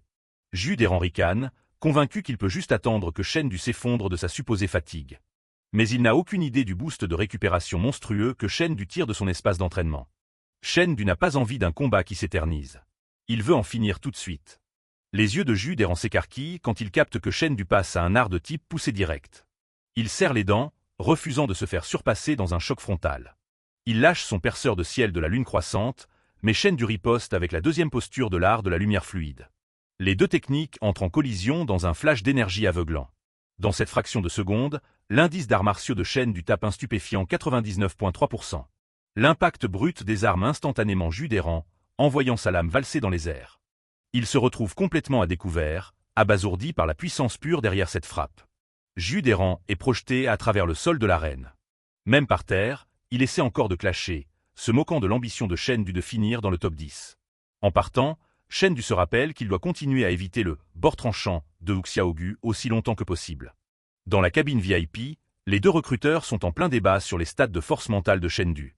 Le prof Peng n'est pas encore totalement convaincu, notant que la performance de Shen Du est juste au niveau de la moyenne. Le prof Yu lui rappelle les critères stricts pour leur classe d'élite Qilin. Le niveau 10 de force mentale n'est pas négociable. Il revoit les enregistrements, comparant ses compétences techniques à leur standard d'élite. Peu importe son niveau actuel, ils sont d'accord pour dire que c'est un bien meilleur prospect que le mec qu'il vient de rétamer. Le prof Peng propose d'essayer de le retrouver ce soir-là pour lui faire signer une lettre d'intention. Alors que le soleil se couche sur le deuxième tour, les élèves retournent à leur hôtel, impatients pour les finales de demain. De retour dans sa chambre, Shen Du prend un moment pour souffler, content d'avoir pu gérer les matchs sans trop en dévoiler. Mais pour lui, souffler signifie s'entraîner encore plus, et il replonge direct dans sa simulation virtuelle. Il retourne chasser des monstres ours, mettant à l'épreuve son expérience de combat toute fraîche. Il bouge comme une ombre, sa lame trouvant sa cible avec une précision mortelle. Il sent les progrès à chaque coup d'épée, ses mouvements devenant plus fluides. Enfin, la notification apparaît. Sa force vitale est passée de 5.8 à 5.9. Il ne laisse derrière lui que des restes numériques. Il cherche un vrai défi maintenant, un truc qui peut vraiment pousser ses nouvelles limites. Il est déterminé à voir exactement à quel point cette minuscule augmentation de 0.1 a changé son efficacité au combat. Il attend que la prochaine bête numérique sorte de l'obscurité. De retour dans le monde réel, son téléphone se met à vibrer sur le lit avec un message de la prof Ling. Il prend de ses nouvelles, lui demandant s'il y a une urgence pour qu'elle l'appelle si tard.